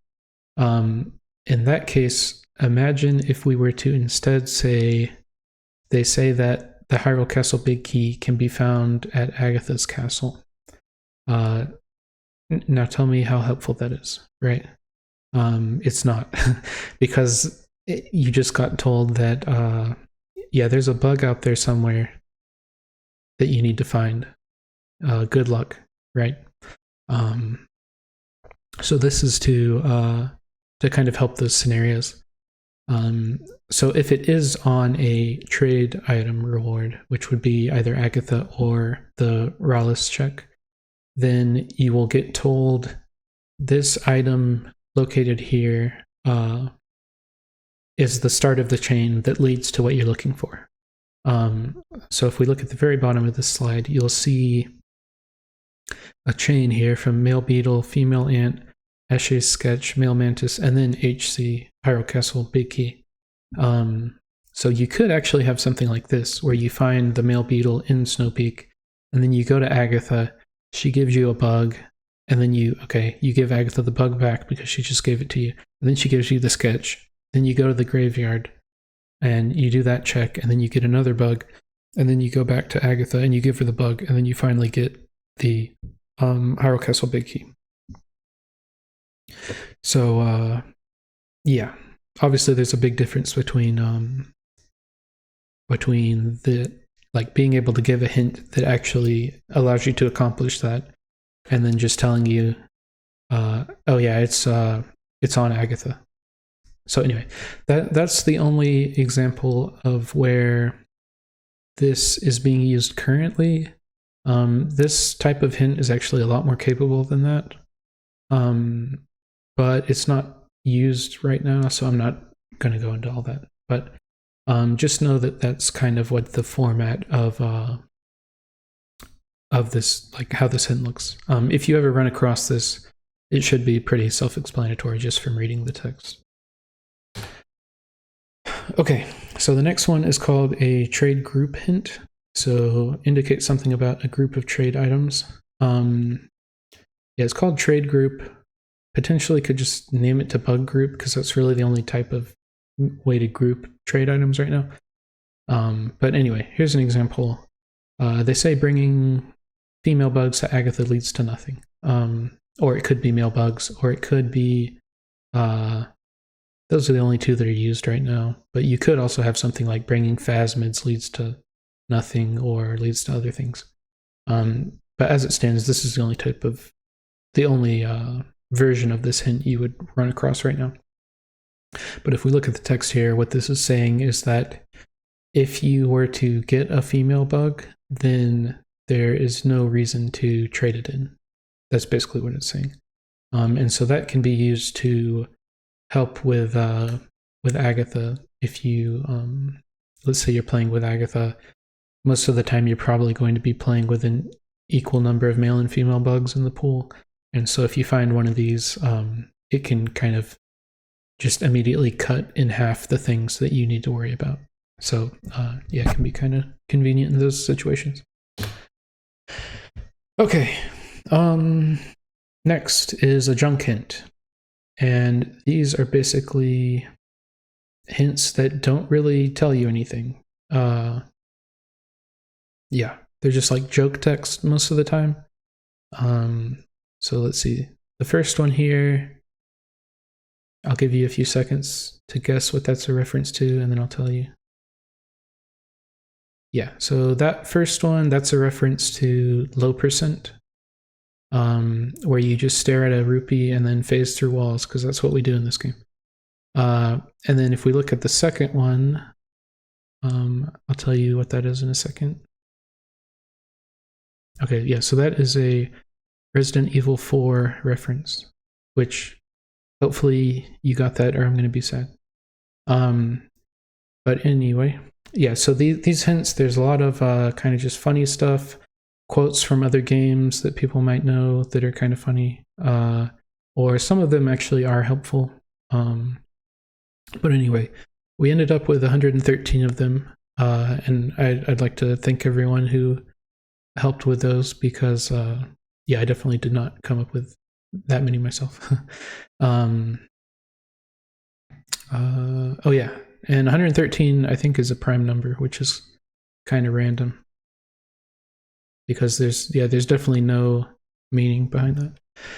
Okay, moving on. Beyond point hint. This is a special type of hint, by which I mean you can't directly place them. Like if you're building a hint distribution, you can say, okay, I want to generate 3 item hints and have them go on these overworld signs or something. But the beyond point hint isn't one where you can say, okay, yeah, I want one of these on this sign, because its meaning is based on its placement. So you can't just place them in random locations. It wouldn't make any sense.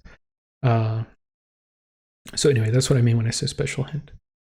And we've already talked about these a ton, so I'm not going to really spend more time here, I think. But you can look at the bottom here, and these are the possible areas where you can see this kind of hint. So in terms of overworld, there's Lake Lantern Cave and Snow Peak, and then for dungeons, Goron Mines, Lakebed, Arbiters, Temple of Time, and City in the Sky. So those are all the locations where you might see these. Now in a hint distribution, the way you enable and disable them is based on the zone. So you can either turn Lakebed Temple on or off, and so on. I believe for the current hint distributions, the overworld ones, Lake Lantern Cave and Snow Peak, those are enabled for most things. But you can look in the JSON file to see exactly what's going on there. Okay. This is another type of special hint, the Agatha Rewards hint, which we mentioned before. This is the one that shows up on the Agatha's Castle sign outside where you can talk to Agatha. And it basically tells you anything good that Agatha can give. In terms of what that means exactly, we'll talk about it. What does it mean to be good? It's a good question. But we will talk about that later, at least in the context of hints. So here's some examples. Please bring the 8 golden bugs to Agatha's castle. She'll do her thing. And these are the items: sword, Hyrule Castle Big Key. So it just lists any good items that she can reward there. The second example is when she does not have anything good. In that case, it just says 16 golden bugs, and the text there will be purple, and tell them the princess awaits. That's all of the text here is based off of pulling stuff out of her vanilla text from the game. So that's just kind of like some text that goes there when there isn't anything to say really. Now, if you'll notice also the the number 8 golden bugs, 16 golden bugs. That tells you how many golden bugs, different types of golden bugs there are for you to find. You probably should know that ahead of time, based on the settings. I guess if you were ever playing on like random settings league type thing or whatever in the future, then you could use that as a way to find out how many bugs there are as well. Let's see. I think that's it. Okay, Giovanni rewards hint. This is also a special hint, which is either on the Giovanni sign or not, based on settings.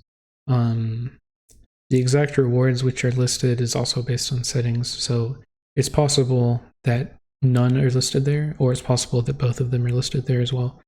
These ones do indicate whether or not they're required. So yeah, especially on like a 60 postal reward, you definitely want to know that. But even 20 souls, that can be handy if you start with 0. So yeah, there's that one. Okay. Next, we're going to talk about always hints, which I think I have a fair number of slides on these because they're yeah, you definitely want to know what's going on here. So this is a special type of location hint for checks that are pretty crappy.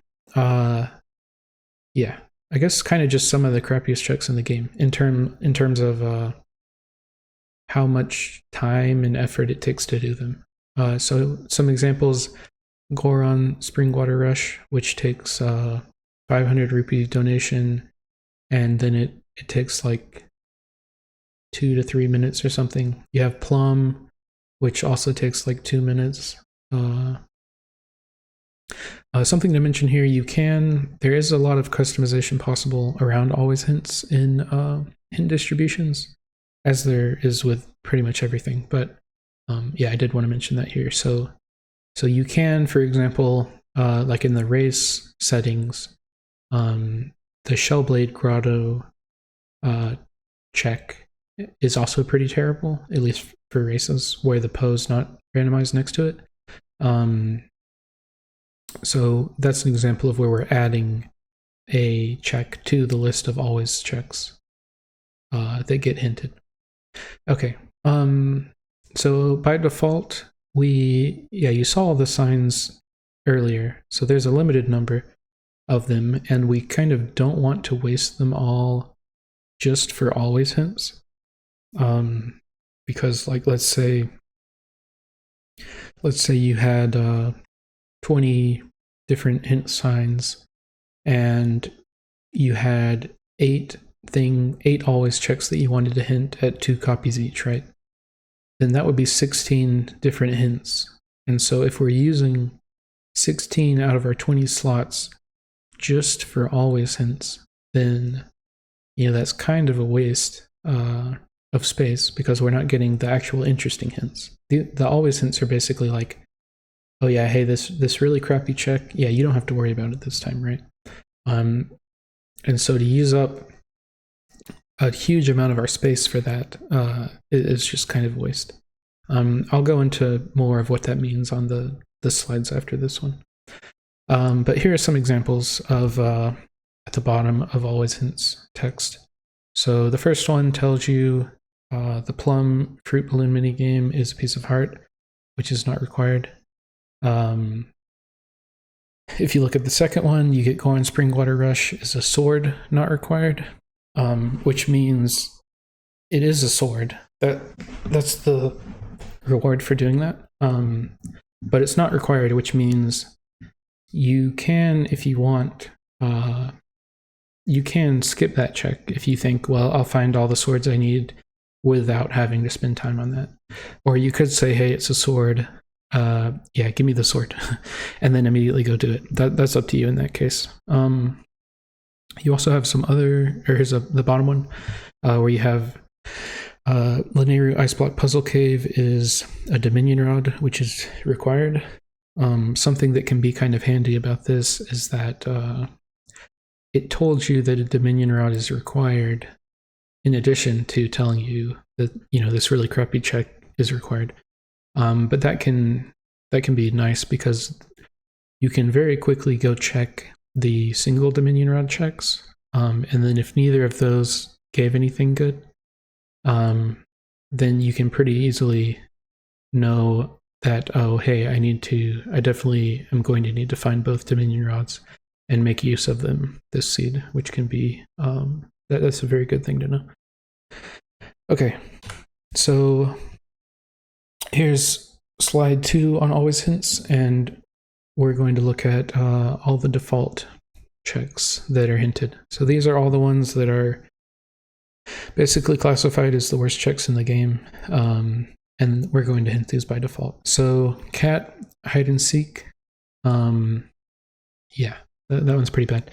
Now, something to mention with these, if you do exclude these checks, so for example, hidden village is pretty common to just completely exclude hidden village, which is where the cat's minigame takes place. In that case, you already know that it's junk, so we don't bother hinting it. So we wouldn't, have 2 copies of a hint for this mini game that you're not even worried about in the first place, because that would just be a waste of space there. Both of the Isa mini games, well, I guess the first one's not a mini game, but both of those checks are always hints by default. The linear ice block puzzle cave chest is also in here. Go on spring water rush, plum fruit balloon minigame. The Palace of Twilight collect both souls check. This one, so that is the check that in the vanilla game gives you the light sword. Starting in 1.2, the invisible wall that prevents you from proceeding up the center path in Palace of Twilight, even if you have light sword, that wall is removed, I believe, which means the having to go to each section, like each end of the dungeon, bring the thing back. It's not required to proceed in the dungeon. It's just required for this one check. So therefore, this one check is pretty terrible. So it's added to the always hints. Yeah. Now, something to mention there is that if Palace of Twilight is not, like, if it's an unrequired barren dungeon, then we're not going to hint that either, because you're not even worried about going into Palace of Twilight, so there's no reason to waste space there. Okay, and then the last one of these to mention, this one is actually conditional. Snow Peak Icy Summit Poe. This one is referring to the Poe that's right outside of the Snow Peak Ruins dungeon.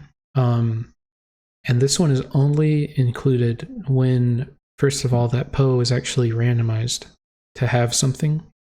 And then secondly, there's no reason to go all the way out there other than for that one Poe, which means there's no reason to go to Snow Peak Ruins because it's unrequired barren. So if there's no reason to go to that dungeon and it is randomized, then we'll hint it at that point. And once again, ones that you already know you don't need to worry about, we don't do anything with those ones. Okay, so now let's look at how we would actually go about placing always hints. So let's imagine we have 8 different always checks that we want to hint, and we want 2 copies of each hint, and we want this on 6 different hint spots.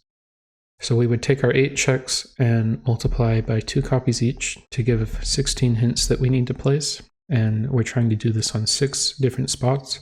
So we take 16 and divide by 6, which gives us 2 remainder 4. So what this means is that we'll have 2 hints per spot, except the remainder 4 means that 4 of them need an extra hint. So we'll have 3, 3, 3, 3, 2, 2. And if you look underneath that, we can do A through H, which represents our 8 checks, and then we do that twice to represent the 16 hints that we need to place. And then you can see how we group them: A, B, C, then D, E, F, and so on. And then that would be our division of hints across our different spots. Now, if you look at the very bottom, under the race settings example, that's more of what you would expect to see for races where you have we're only having to hint 5 different checks because ones like the cat minigame are just excluded, and we're not even going into Palace of Twilight and so on. So in that case, you would have 5 different hints on 5 different spots, and that's just an example. But you can kind of see the advantage of grouping these always hints together, and that we, instead of taking up 16 spots, we did it in 6 spots, or in the race settings example, instead of taking up 10 different spots, we only had to use up 5 spots. And that just allows us to have more room for, honestly, the more interesting hints. These ones, always hints, are kind of an obligation, just to raise up the floor for how crappy a seed can get. That's their main purpose. Though they can have some other benefits, like we saw back on this slide, where the always hint told you that, hey, Dominion Rod is required, and so that can definitely influence your decisions there. Here's a special case to mention. Let's imagine that we had 4 checks we were trying to hint at 2 copies each across 4 different spots. So if you were to just use what we did on the previous slide, you would get A, B, then C, D, and you would have 2 copies of each of those. So for cases like this, we actually do use an offset on the second round of hints in order to add more variation there. So instead of having A, B twice and C, D twice, we actually have A, B, and we have B, C, C, D, D, A. And that way each one, basically you don't have, you don't find a second copy and, oh, it's exactly the one I just found. When you find a new one, you expect to have some degree of new information there. Okay, last thing to mention about always hints for now is that they, by default, monopolize their spots. And what this means is that no hints other than the always hints can be placed on them.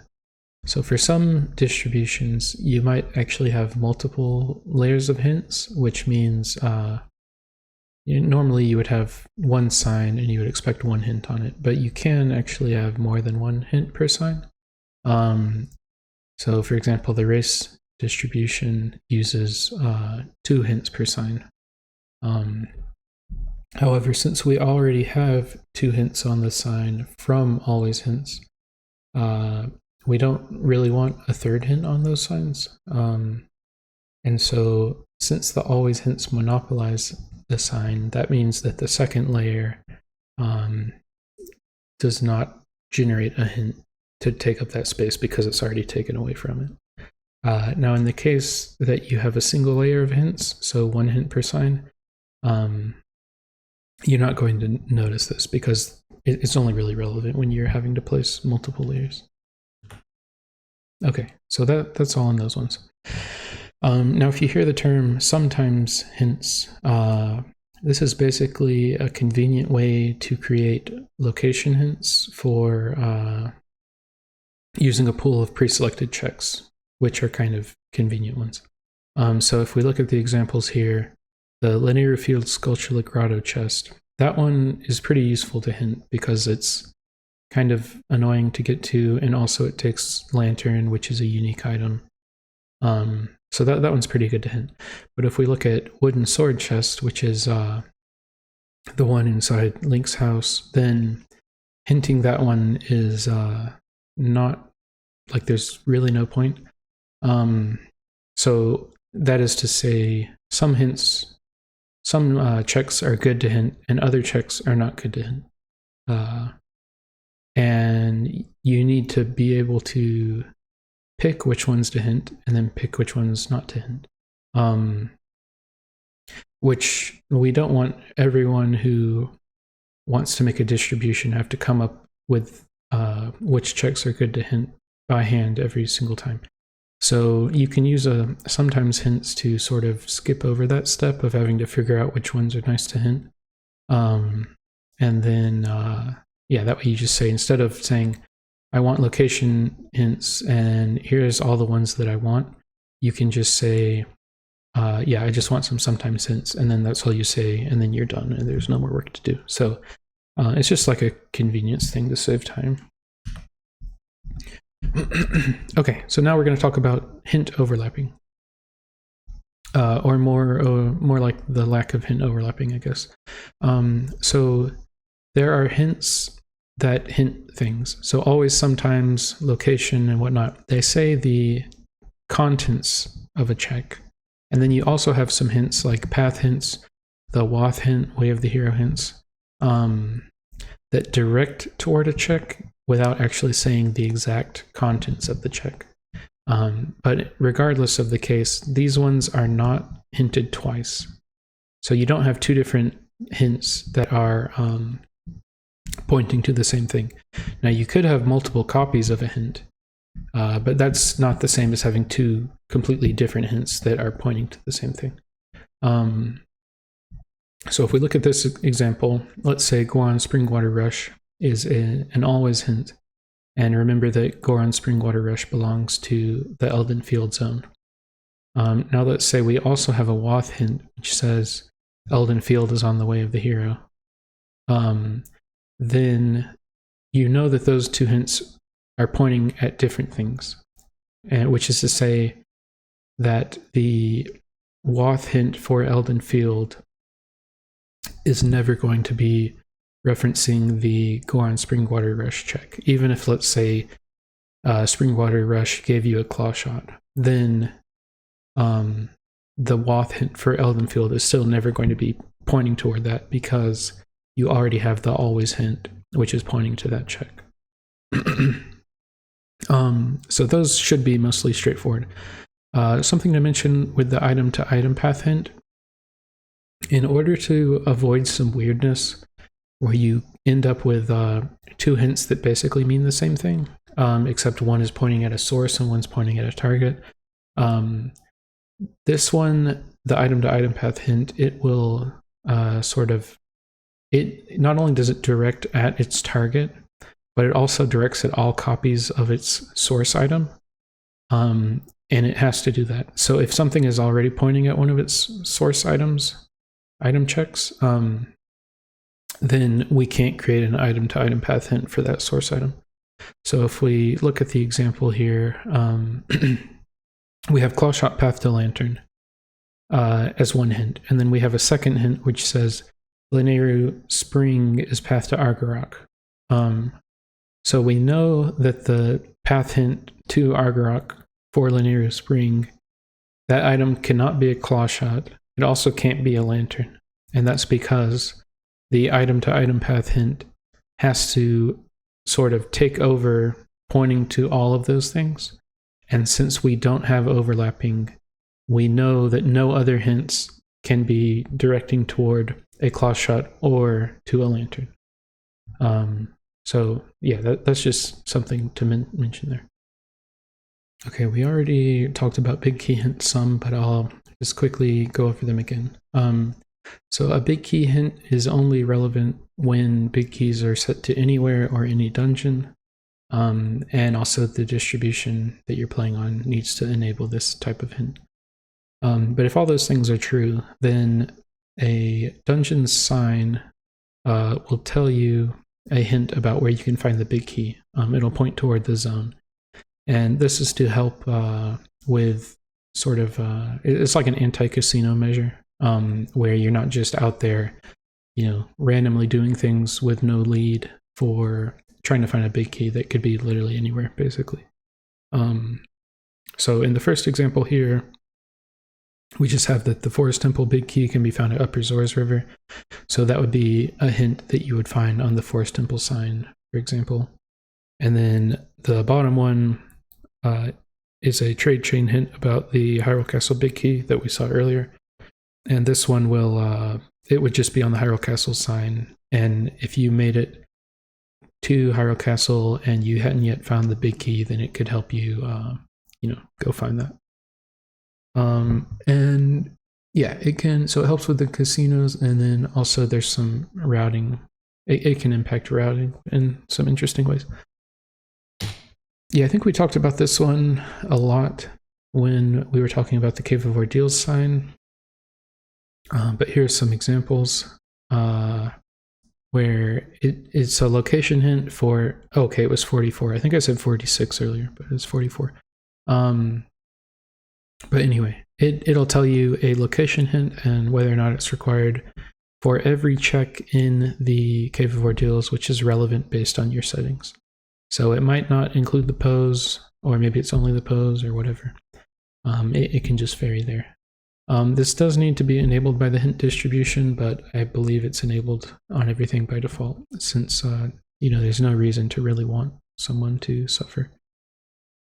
So I think that was the end of hints that are placed on signs, really. This self-hinters, these don't really have anything to do with the signs, but this is kind of the best place to mention them since they're also related to the hints code a lot. But these are some checks that will now hint their own contents, unless you disable them for some reason. But those are Barnes Bomb Bag, which is the check that costs 120 when you first talk to Barnes that you need to buy before you can actually make use of his shop. Also Charlo at Castletown, or however you want to pronounce his name. But anyway, he will tell you what item you can get from him, which is pretty handy.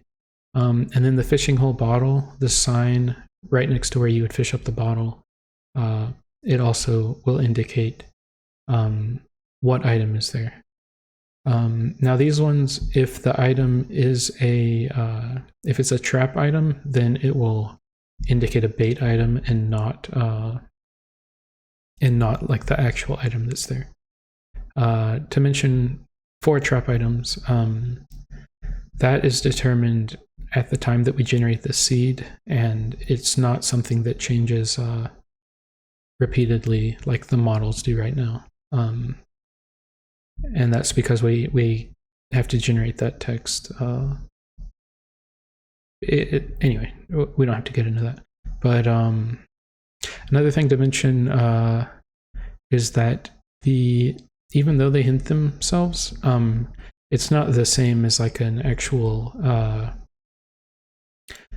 like a location hint or something like that, where we're actually hinting a check. It's more similar to golden bug checks or some shop checks or something, where you can walk up and you're able to see the check without actually without picking it up or buying it or whatever.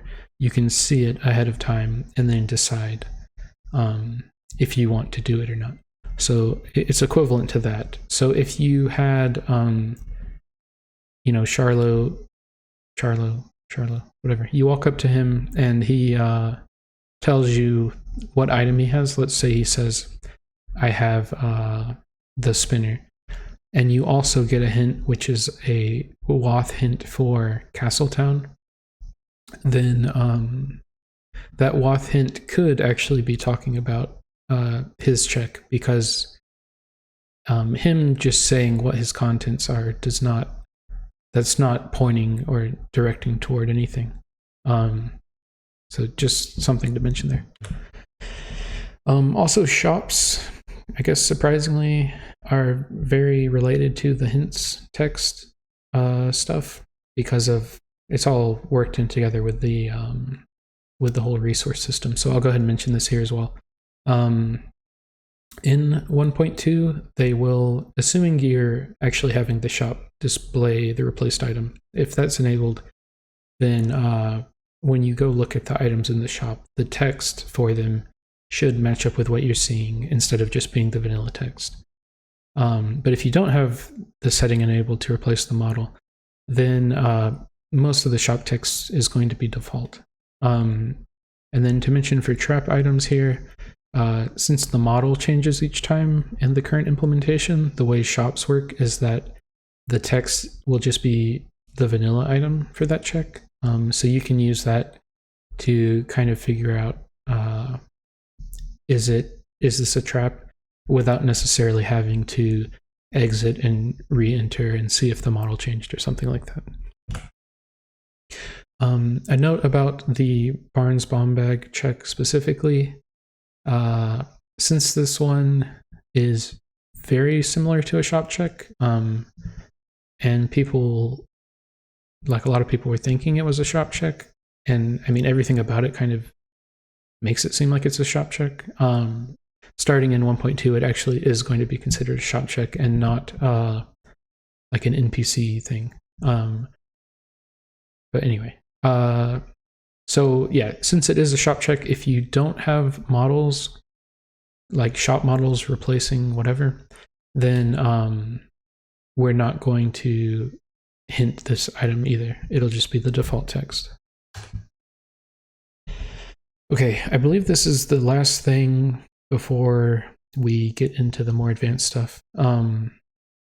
So player known status checks, which is that's kind of like an internal code name, which you don't really need to know the exact name for. It's not that important. But what this means is that vanilla checks or excluded checks or excluded unrequired checks, which is the ones that are junk based on the fact that they're in an unrequired Baron dungeon. So if you were playing and let's say Goron Mines was not one of your required dungeons, then every check inside of Goron Mines, as well as the ones that are post Goron Mines, would be excluded unrequired, which basically means you don't have to worry about it.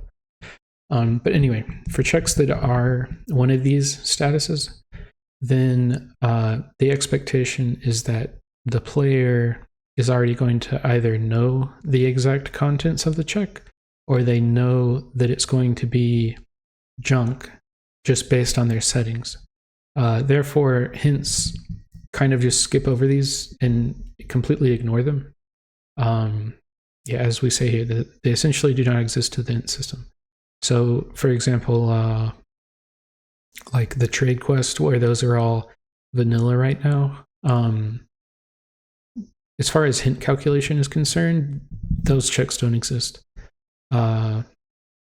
Additionally, like vanilla pose, like we just skip over that kind of thing. So yeah, just something to mention there. Okay, and this is I think we're actually most of the way through, but this is your intermission point before we get to the more technical implementation type stuff.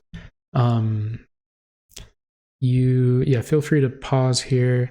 Additionally, if you're like, I think for more casual players, you probably can just stop here in general. Not that you have to. Feel free to keep watching. Yeah, I was not expecting the video to be this long, but in any case. So we'll continue in just a second.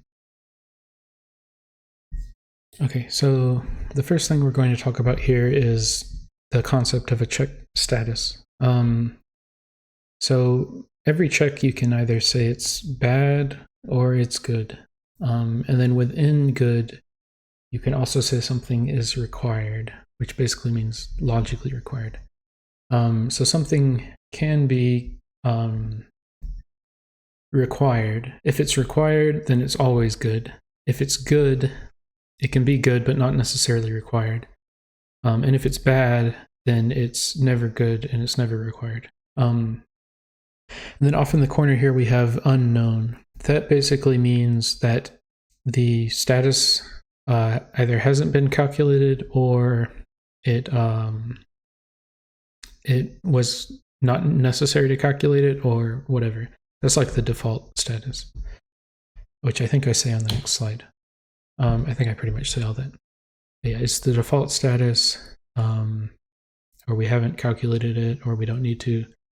But yeah, the important thing to mention here is that we can always calculate our status. It's not, there's no like, we can't know what the status is. It's just that we don't know or we don't care. That's what unknown means. Okay, so let's talk about the required check status, which when we say required here, we mean logically required. So therefore, logically required as a status doesn't exist when we're talking about no logic. If you notice the word logic in there, we actually need logic to say something is logically required. So for no logic, there is no logically required. Other thing to mention, when we say logically required, what do we mean? We mean logically required in order to beat the game, right? For no logic, we don't even know if it's possible to beat the game. So that's sort of a second reason it doesn't make any sense in that context. Okay, moving on. When we say required, and I went over this a little earlier, we mean that absolutely everyone, no matter what, assuming they're doing things logically, has to do that exact check. So the example of where you have 4 swords and any of them can be skipped, then none of those checks are logically required. So yeah, that's important to mention there. And then, yeah, once again, when we're saying required and we're talking about hints, the thing that's required is a check. These are check statuses. It's not related to the item. You could say the check that gives the spinner is a required check. That's what we're saying. We're not saying the spinner is a required item. You can say that, you can say it out loud to people. You know, it's something that's true, but in terms of hint calculation, that's not what we mean when we say a check that rewards the spinner is required. But anyway, I think that's enough on those ones. Oh, well, actually, I guess one more thing to once again mention. Something that is required is also good, by definition. So if you're in the required circle here, you're also still in the good square. Yeah. Okay. Another check status is good. So what does it mean to be good? It means not bad, basically.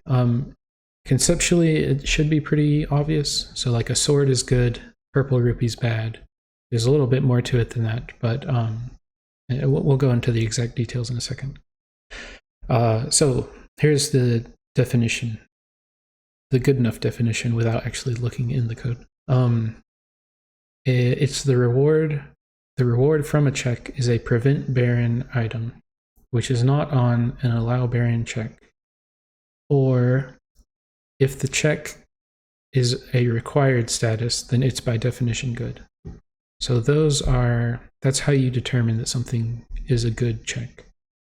And if it's required, then it's good. If it's good, it might not be required. We've said that. So some examples here.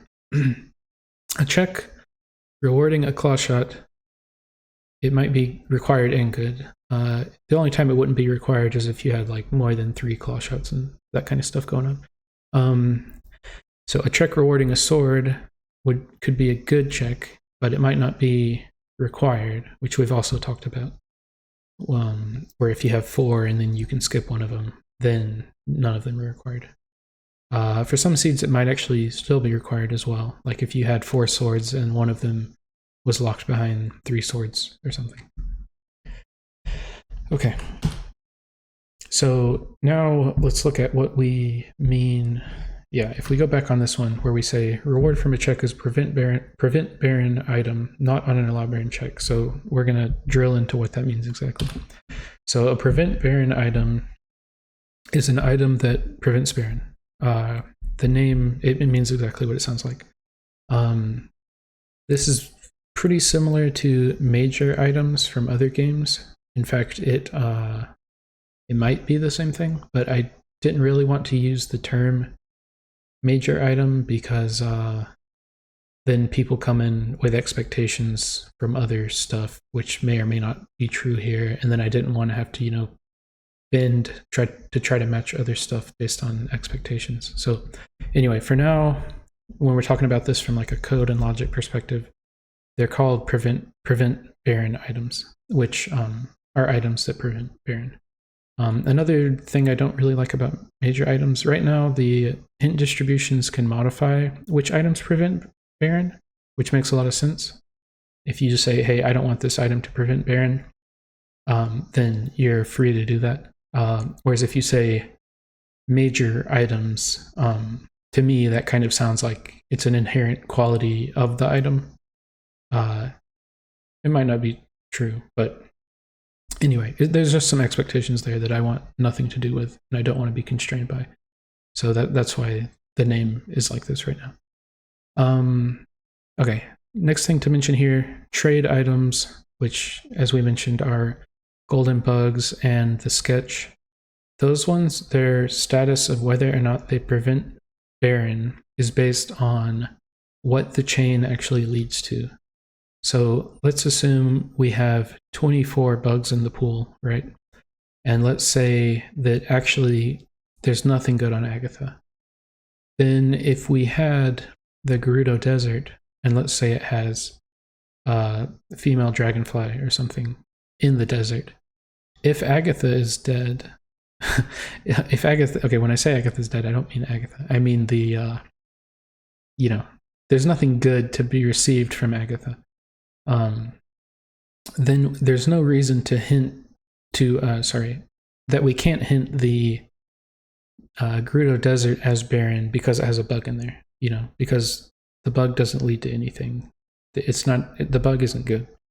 So basically, trade items, whether or not they are good or prevent barren, is based on whether or not they lead to something that prevents barren. And the other thing to mention is that items which do prevent barren are based on your settings, which we'll see in the next slide here.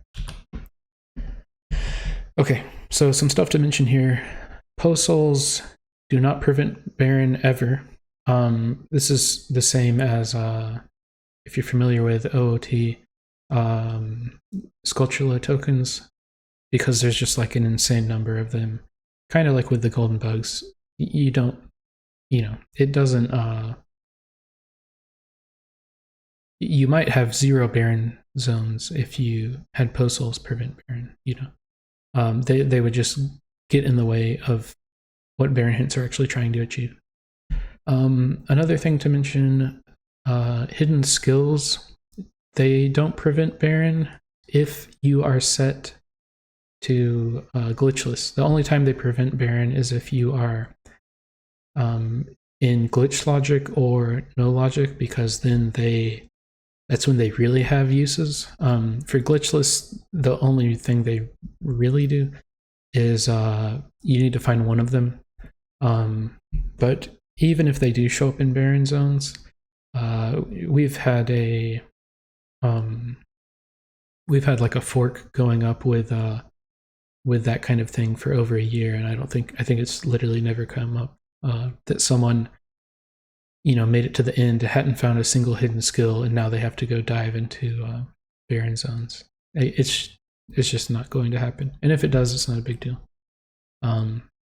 Anyway, magic armor, for example, does not prevent barren or glitchless logic, because magic armor logically is only used for glitched logic, and then for no logic, we're assuming you know how to use magic armor, so in that case it actually is considered important. Slingshot only prevents barren when it's logically required or it's no logic. Technically it actually is never a prevent barren item. It's just the fact that if it's logically required, then its check is by definition good, and checks that are good are the things that prevent things from being hinted barren. So if you have a zone with a required slingshot in it, then that's a good check, and good checks prevent barren. That's kind of what it means to be good. Okay, and then wallets are a bit of a weird one. Literally the only purpose of wallets currently, until we spend more time on shops and prices and all of that kind of thing, the only one that they're relevant for is the magic armor check, and they're only relevant if your wallet size is not increased, and you start with the 300 cap, and then also the magic armor check needs to not be excluded, otherwise we don't even care about it. So there's a lot of conditions, but if all of those are met, then wallets might actually be considered important. Otherwise they're not considered important, and having one in a dungeon would not stop that dungeon from getting a barren hint or something. Okay, so we went over what prevent barren items were, which I guess, sorry, one last thing to mention on this, might not need to be mentioned, but your base list for prevent barren items is like things that are obviously considered good, like swords, lantern, boomerang, spinner, claw shot, dominion rod, fishing rod, stuff like that. Anyway, bow, bombs. Okay. So now let's talk about allow barren checks. So these are checks which give an item, which it gives a prevent barren item. However, based on the way things are set up for that specific seed, that check is never going to be useful. Therefore, having it prevent barren would be kind of a waste. So here's an example down here. So imagine you have 0 claw shots that you're starting with, but for whatever reason, you're able to find 3 of them. If the third claw shot is on the Kakariko Gorge double claw shots chest, which is locked behind 2 claw shots, then there's no way to ever logically get that check without already having 2 claw shots, therefore making the one that you get from that check pointless, because the third claw shot does nothing. And I guess I should mention I'm talking about glitchless logic. I don't know if jumping down there as the wolf is in glitched logic or not. But assuming logically that check is locked behind already having 2 claw shots. Yeah, so I think we've gone over that. Okay, next slide here. So how do we determine, well, actually, maybe I didn't.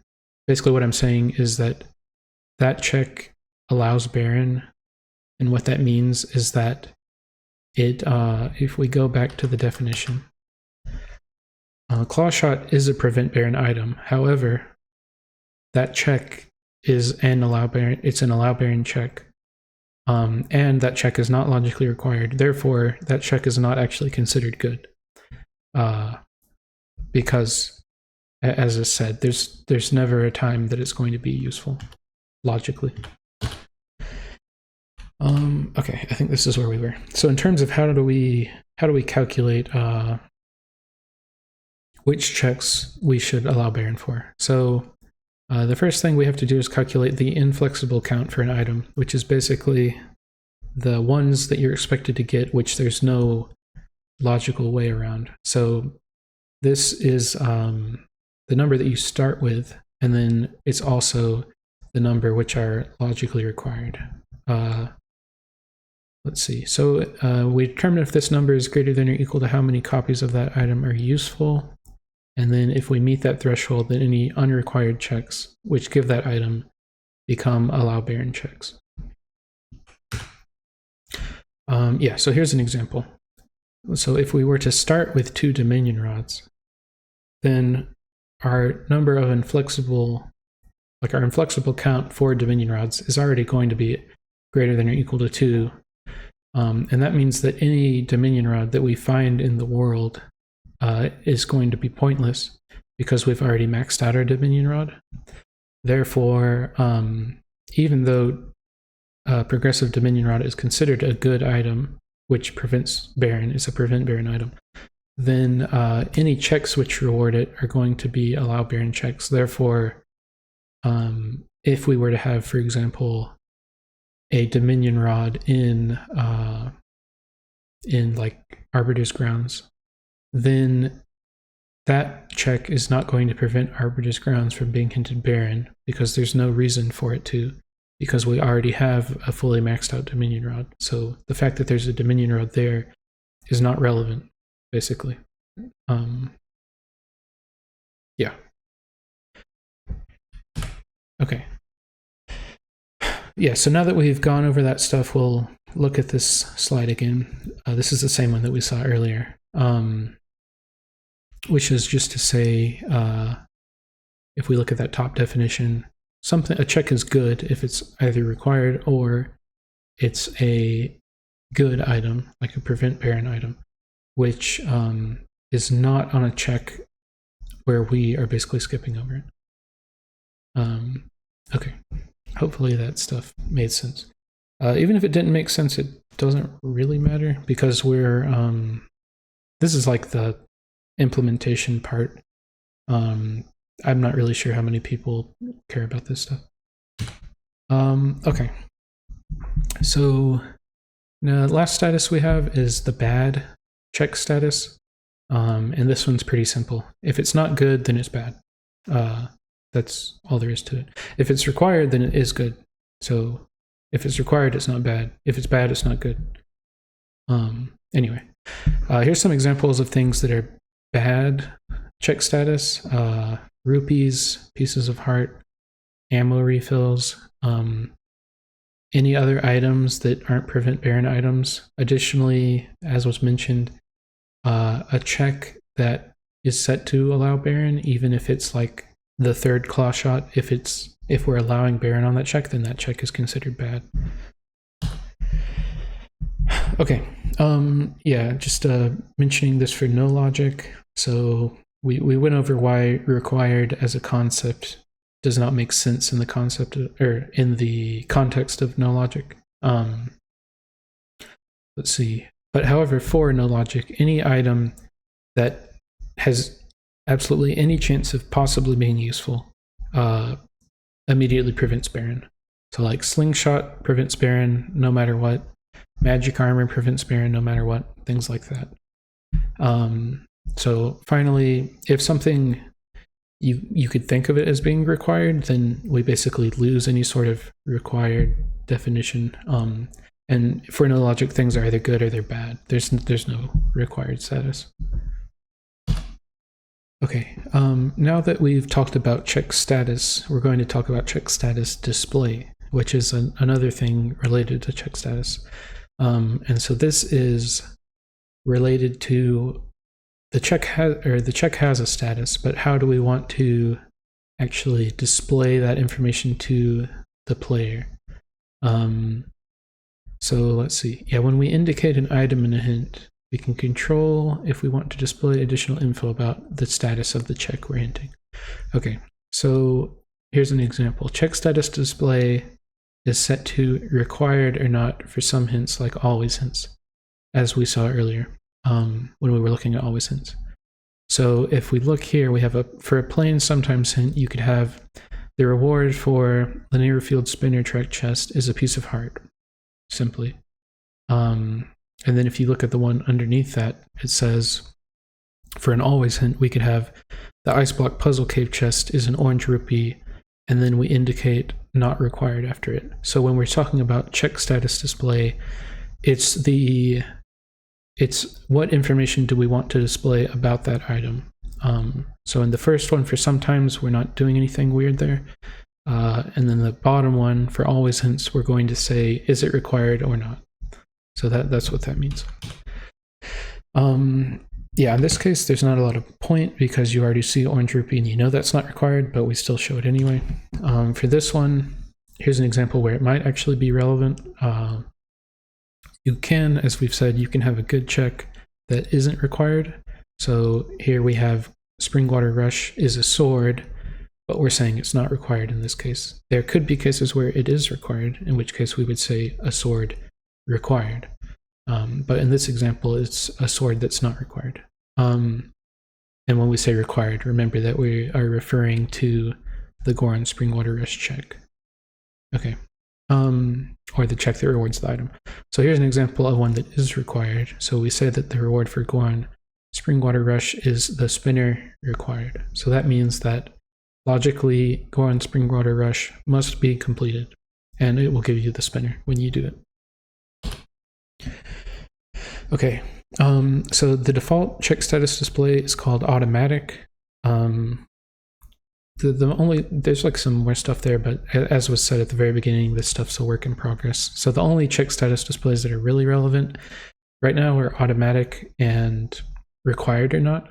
So when it's set to automatic, which is like the default thing, we don't say anything about required or not required. Instead, the only thing it does, if we look here, normally if we look at the linear field, spinner track chest is a piece of heart. We don't bother saying anything there.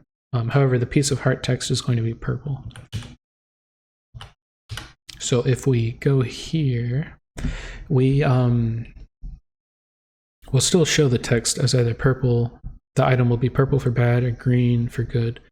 But we also, if it's like a trade item, then we also call it out in text as well, just to make it stick out more. The color will match up, but for one, some people are colorblind and might have issues. We'll try to address that more in the future. Stuff to help with that. But also, it just makes it stick out more in general. Because it is a trade item, and we want to make sure yeah, it's a bug, but you don't have to worry about it or stuff like that. Okay, we are almost done. So here's the closing section, just some stuff to go over briefly, and then some people to think. So yeah, I thought this was a kind of funny way of looking at this. Even with as long as this video is, we haven't, there's way more going on that we haven't been able to cover here, or it doesn't make sense to.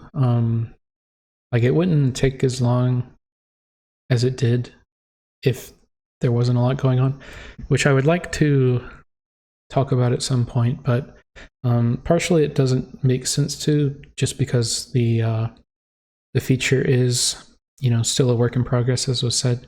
But also this would be mainly information that is geared toward people that are building distributions, which isn't possible currently because it's not open for other people to do that.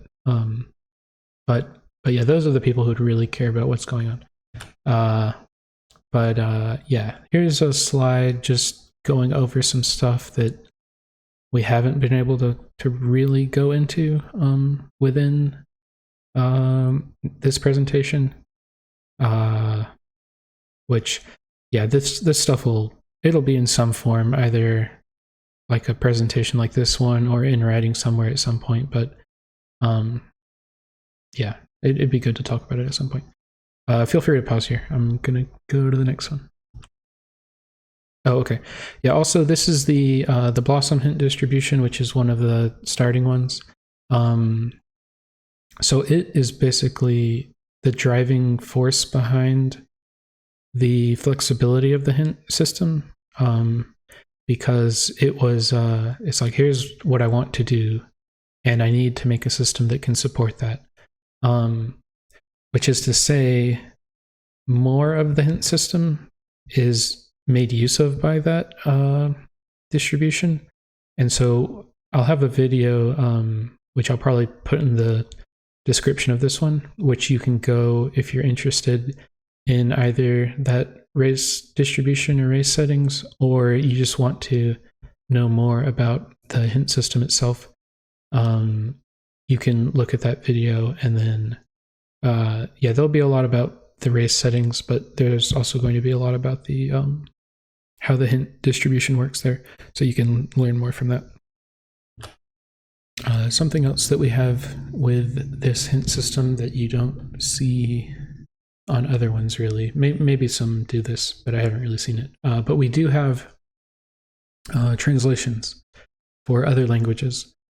And yeah, it was quite an ordeal to come up with a system to support a bunch of different languages, with language that, comes off naturally without just being pretty jank. So if you noticed in some of those hints, we had like the or a or an in front of nouns and stuff like that, based off of can you find multiple copies of it? Is it supposed to be a or an? Stuff like that. For French, there's even more going on there, but I think we managed to have things work correctly there. But yeah, we can definitely make changes as necessary. And then we do have future, languages that we'll handle in the future, which is German, Italian, Japanese, and Spanish. right now, these languages, the only place that they show text in that language is like the starting sign, like Link's house sign, and then just a few other places maybe.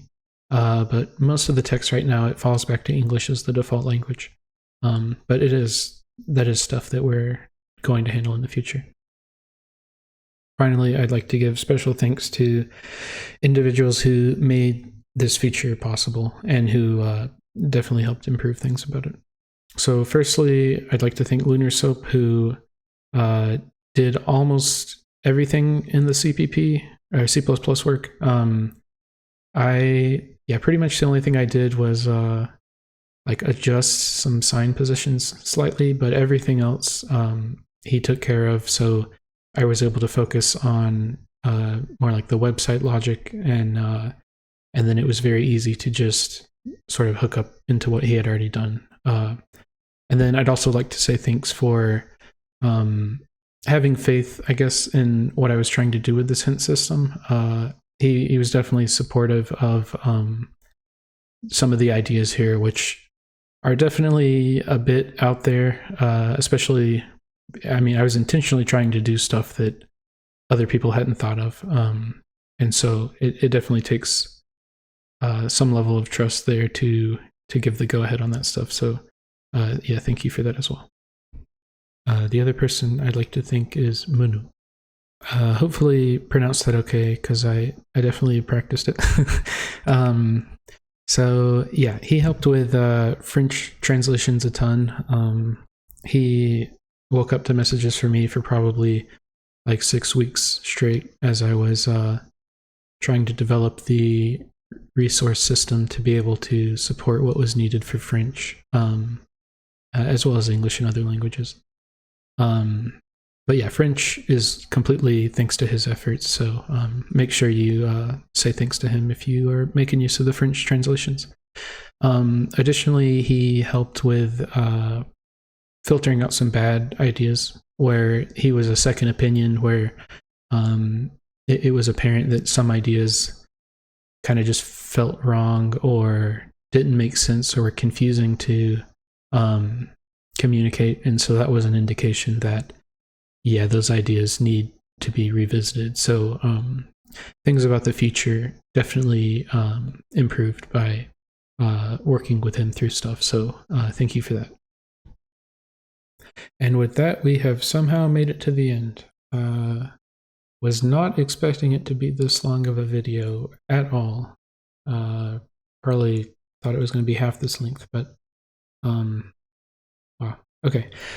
So this stuff will be in text form somewhere eventually, and I'll probably link it in the video description once that's ready. But yeah, hopefully was able to explain some stuff. I wanted to do it in like through voice in a video so that some of this stuff would be I could provide some context and a little more explanation. And then I thought that it might be a little easier for people to have in the background or something.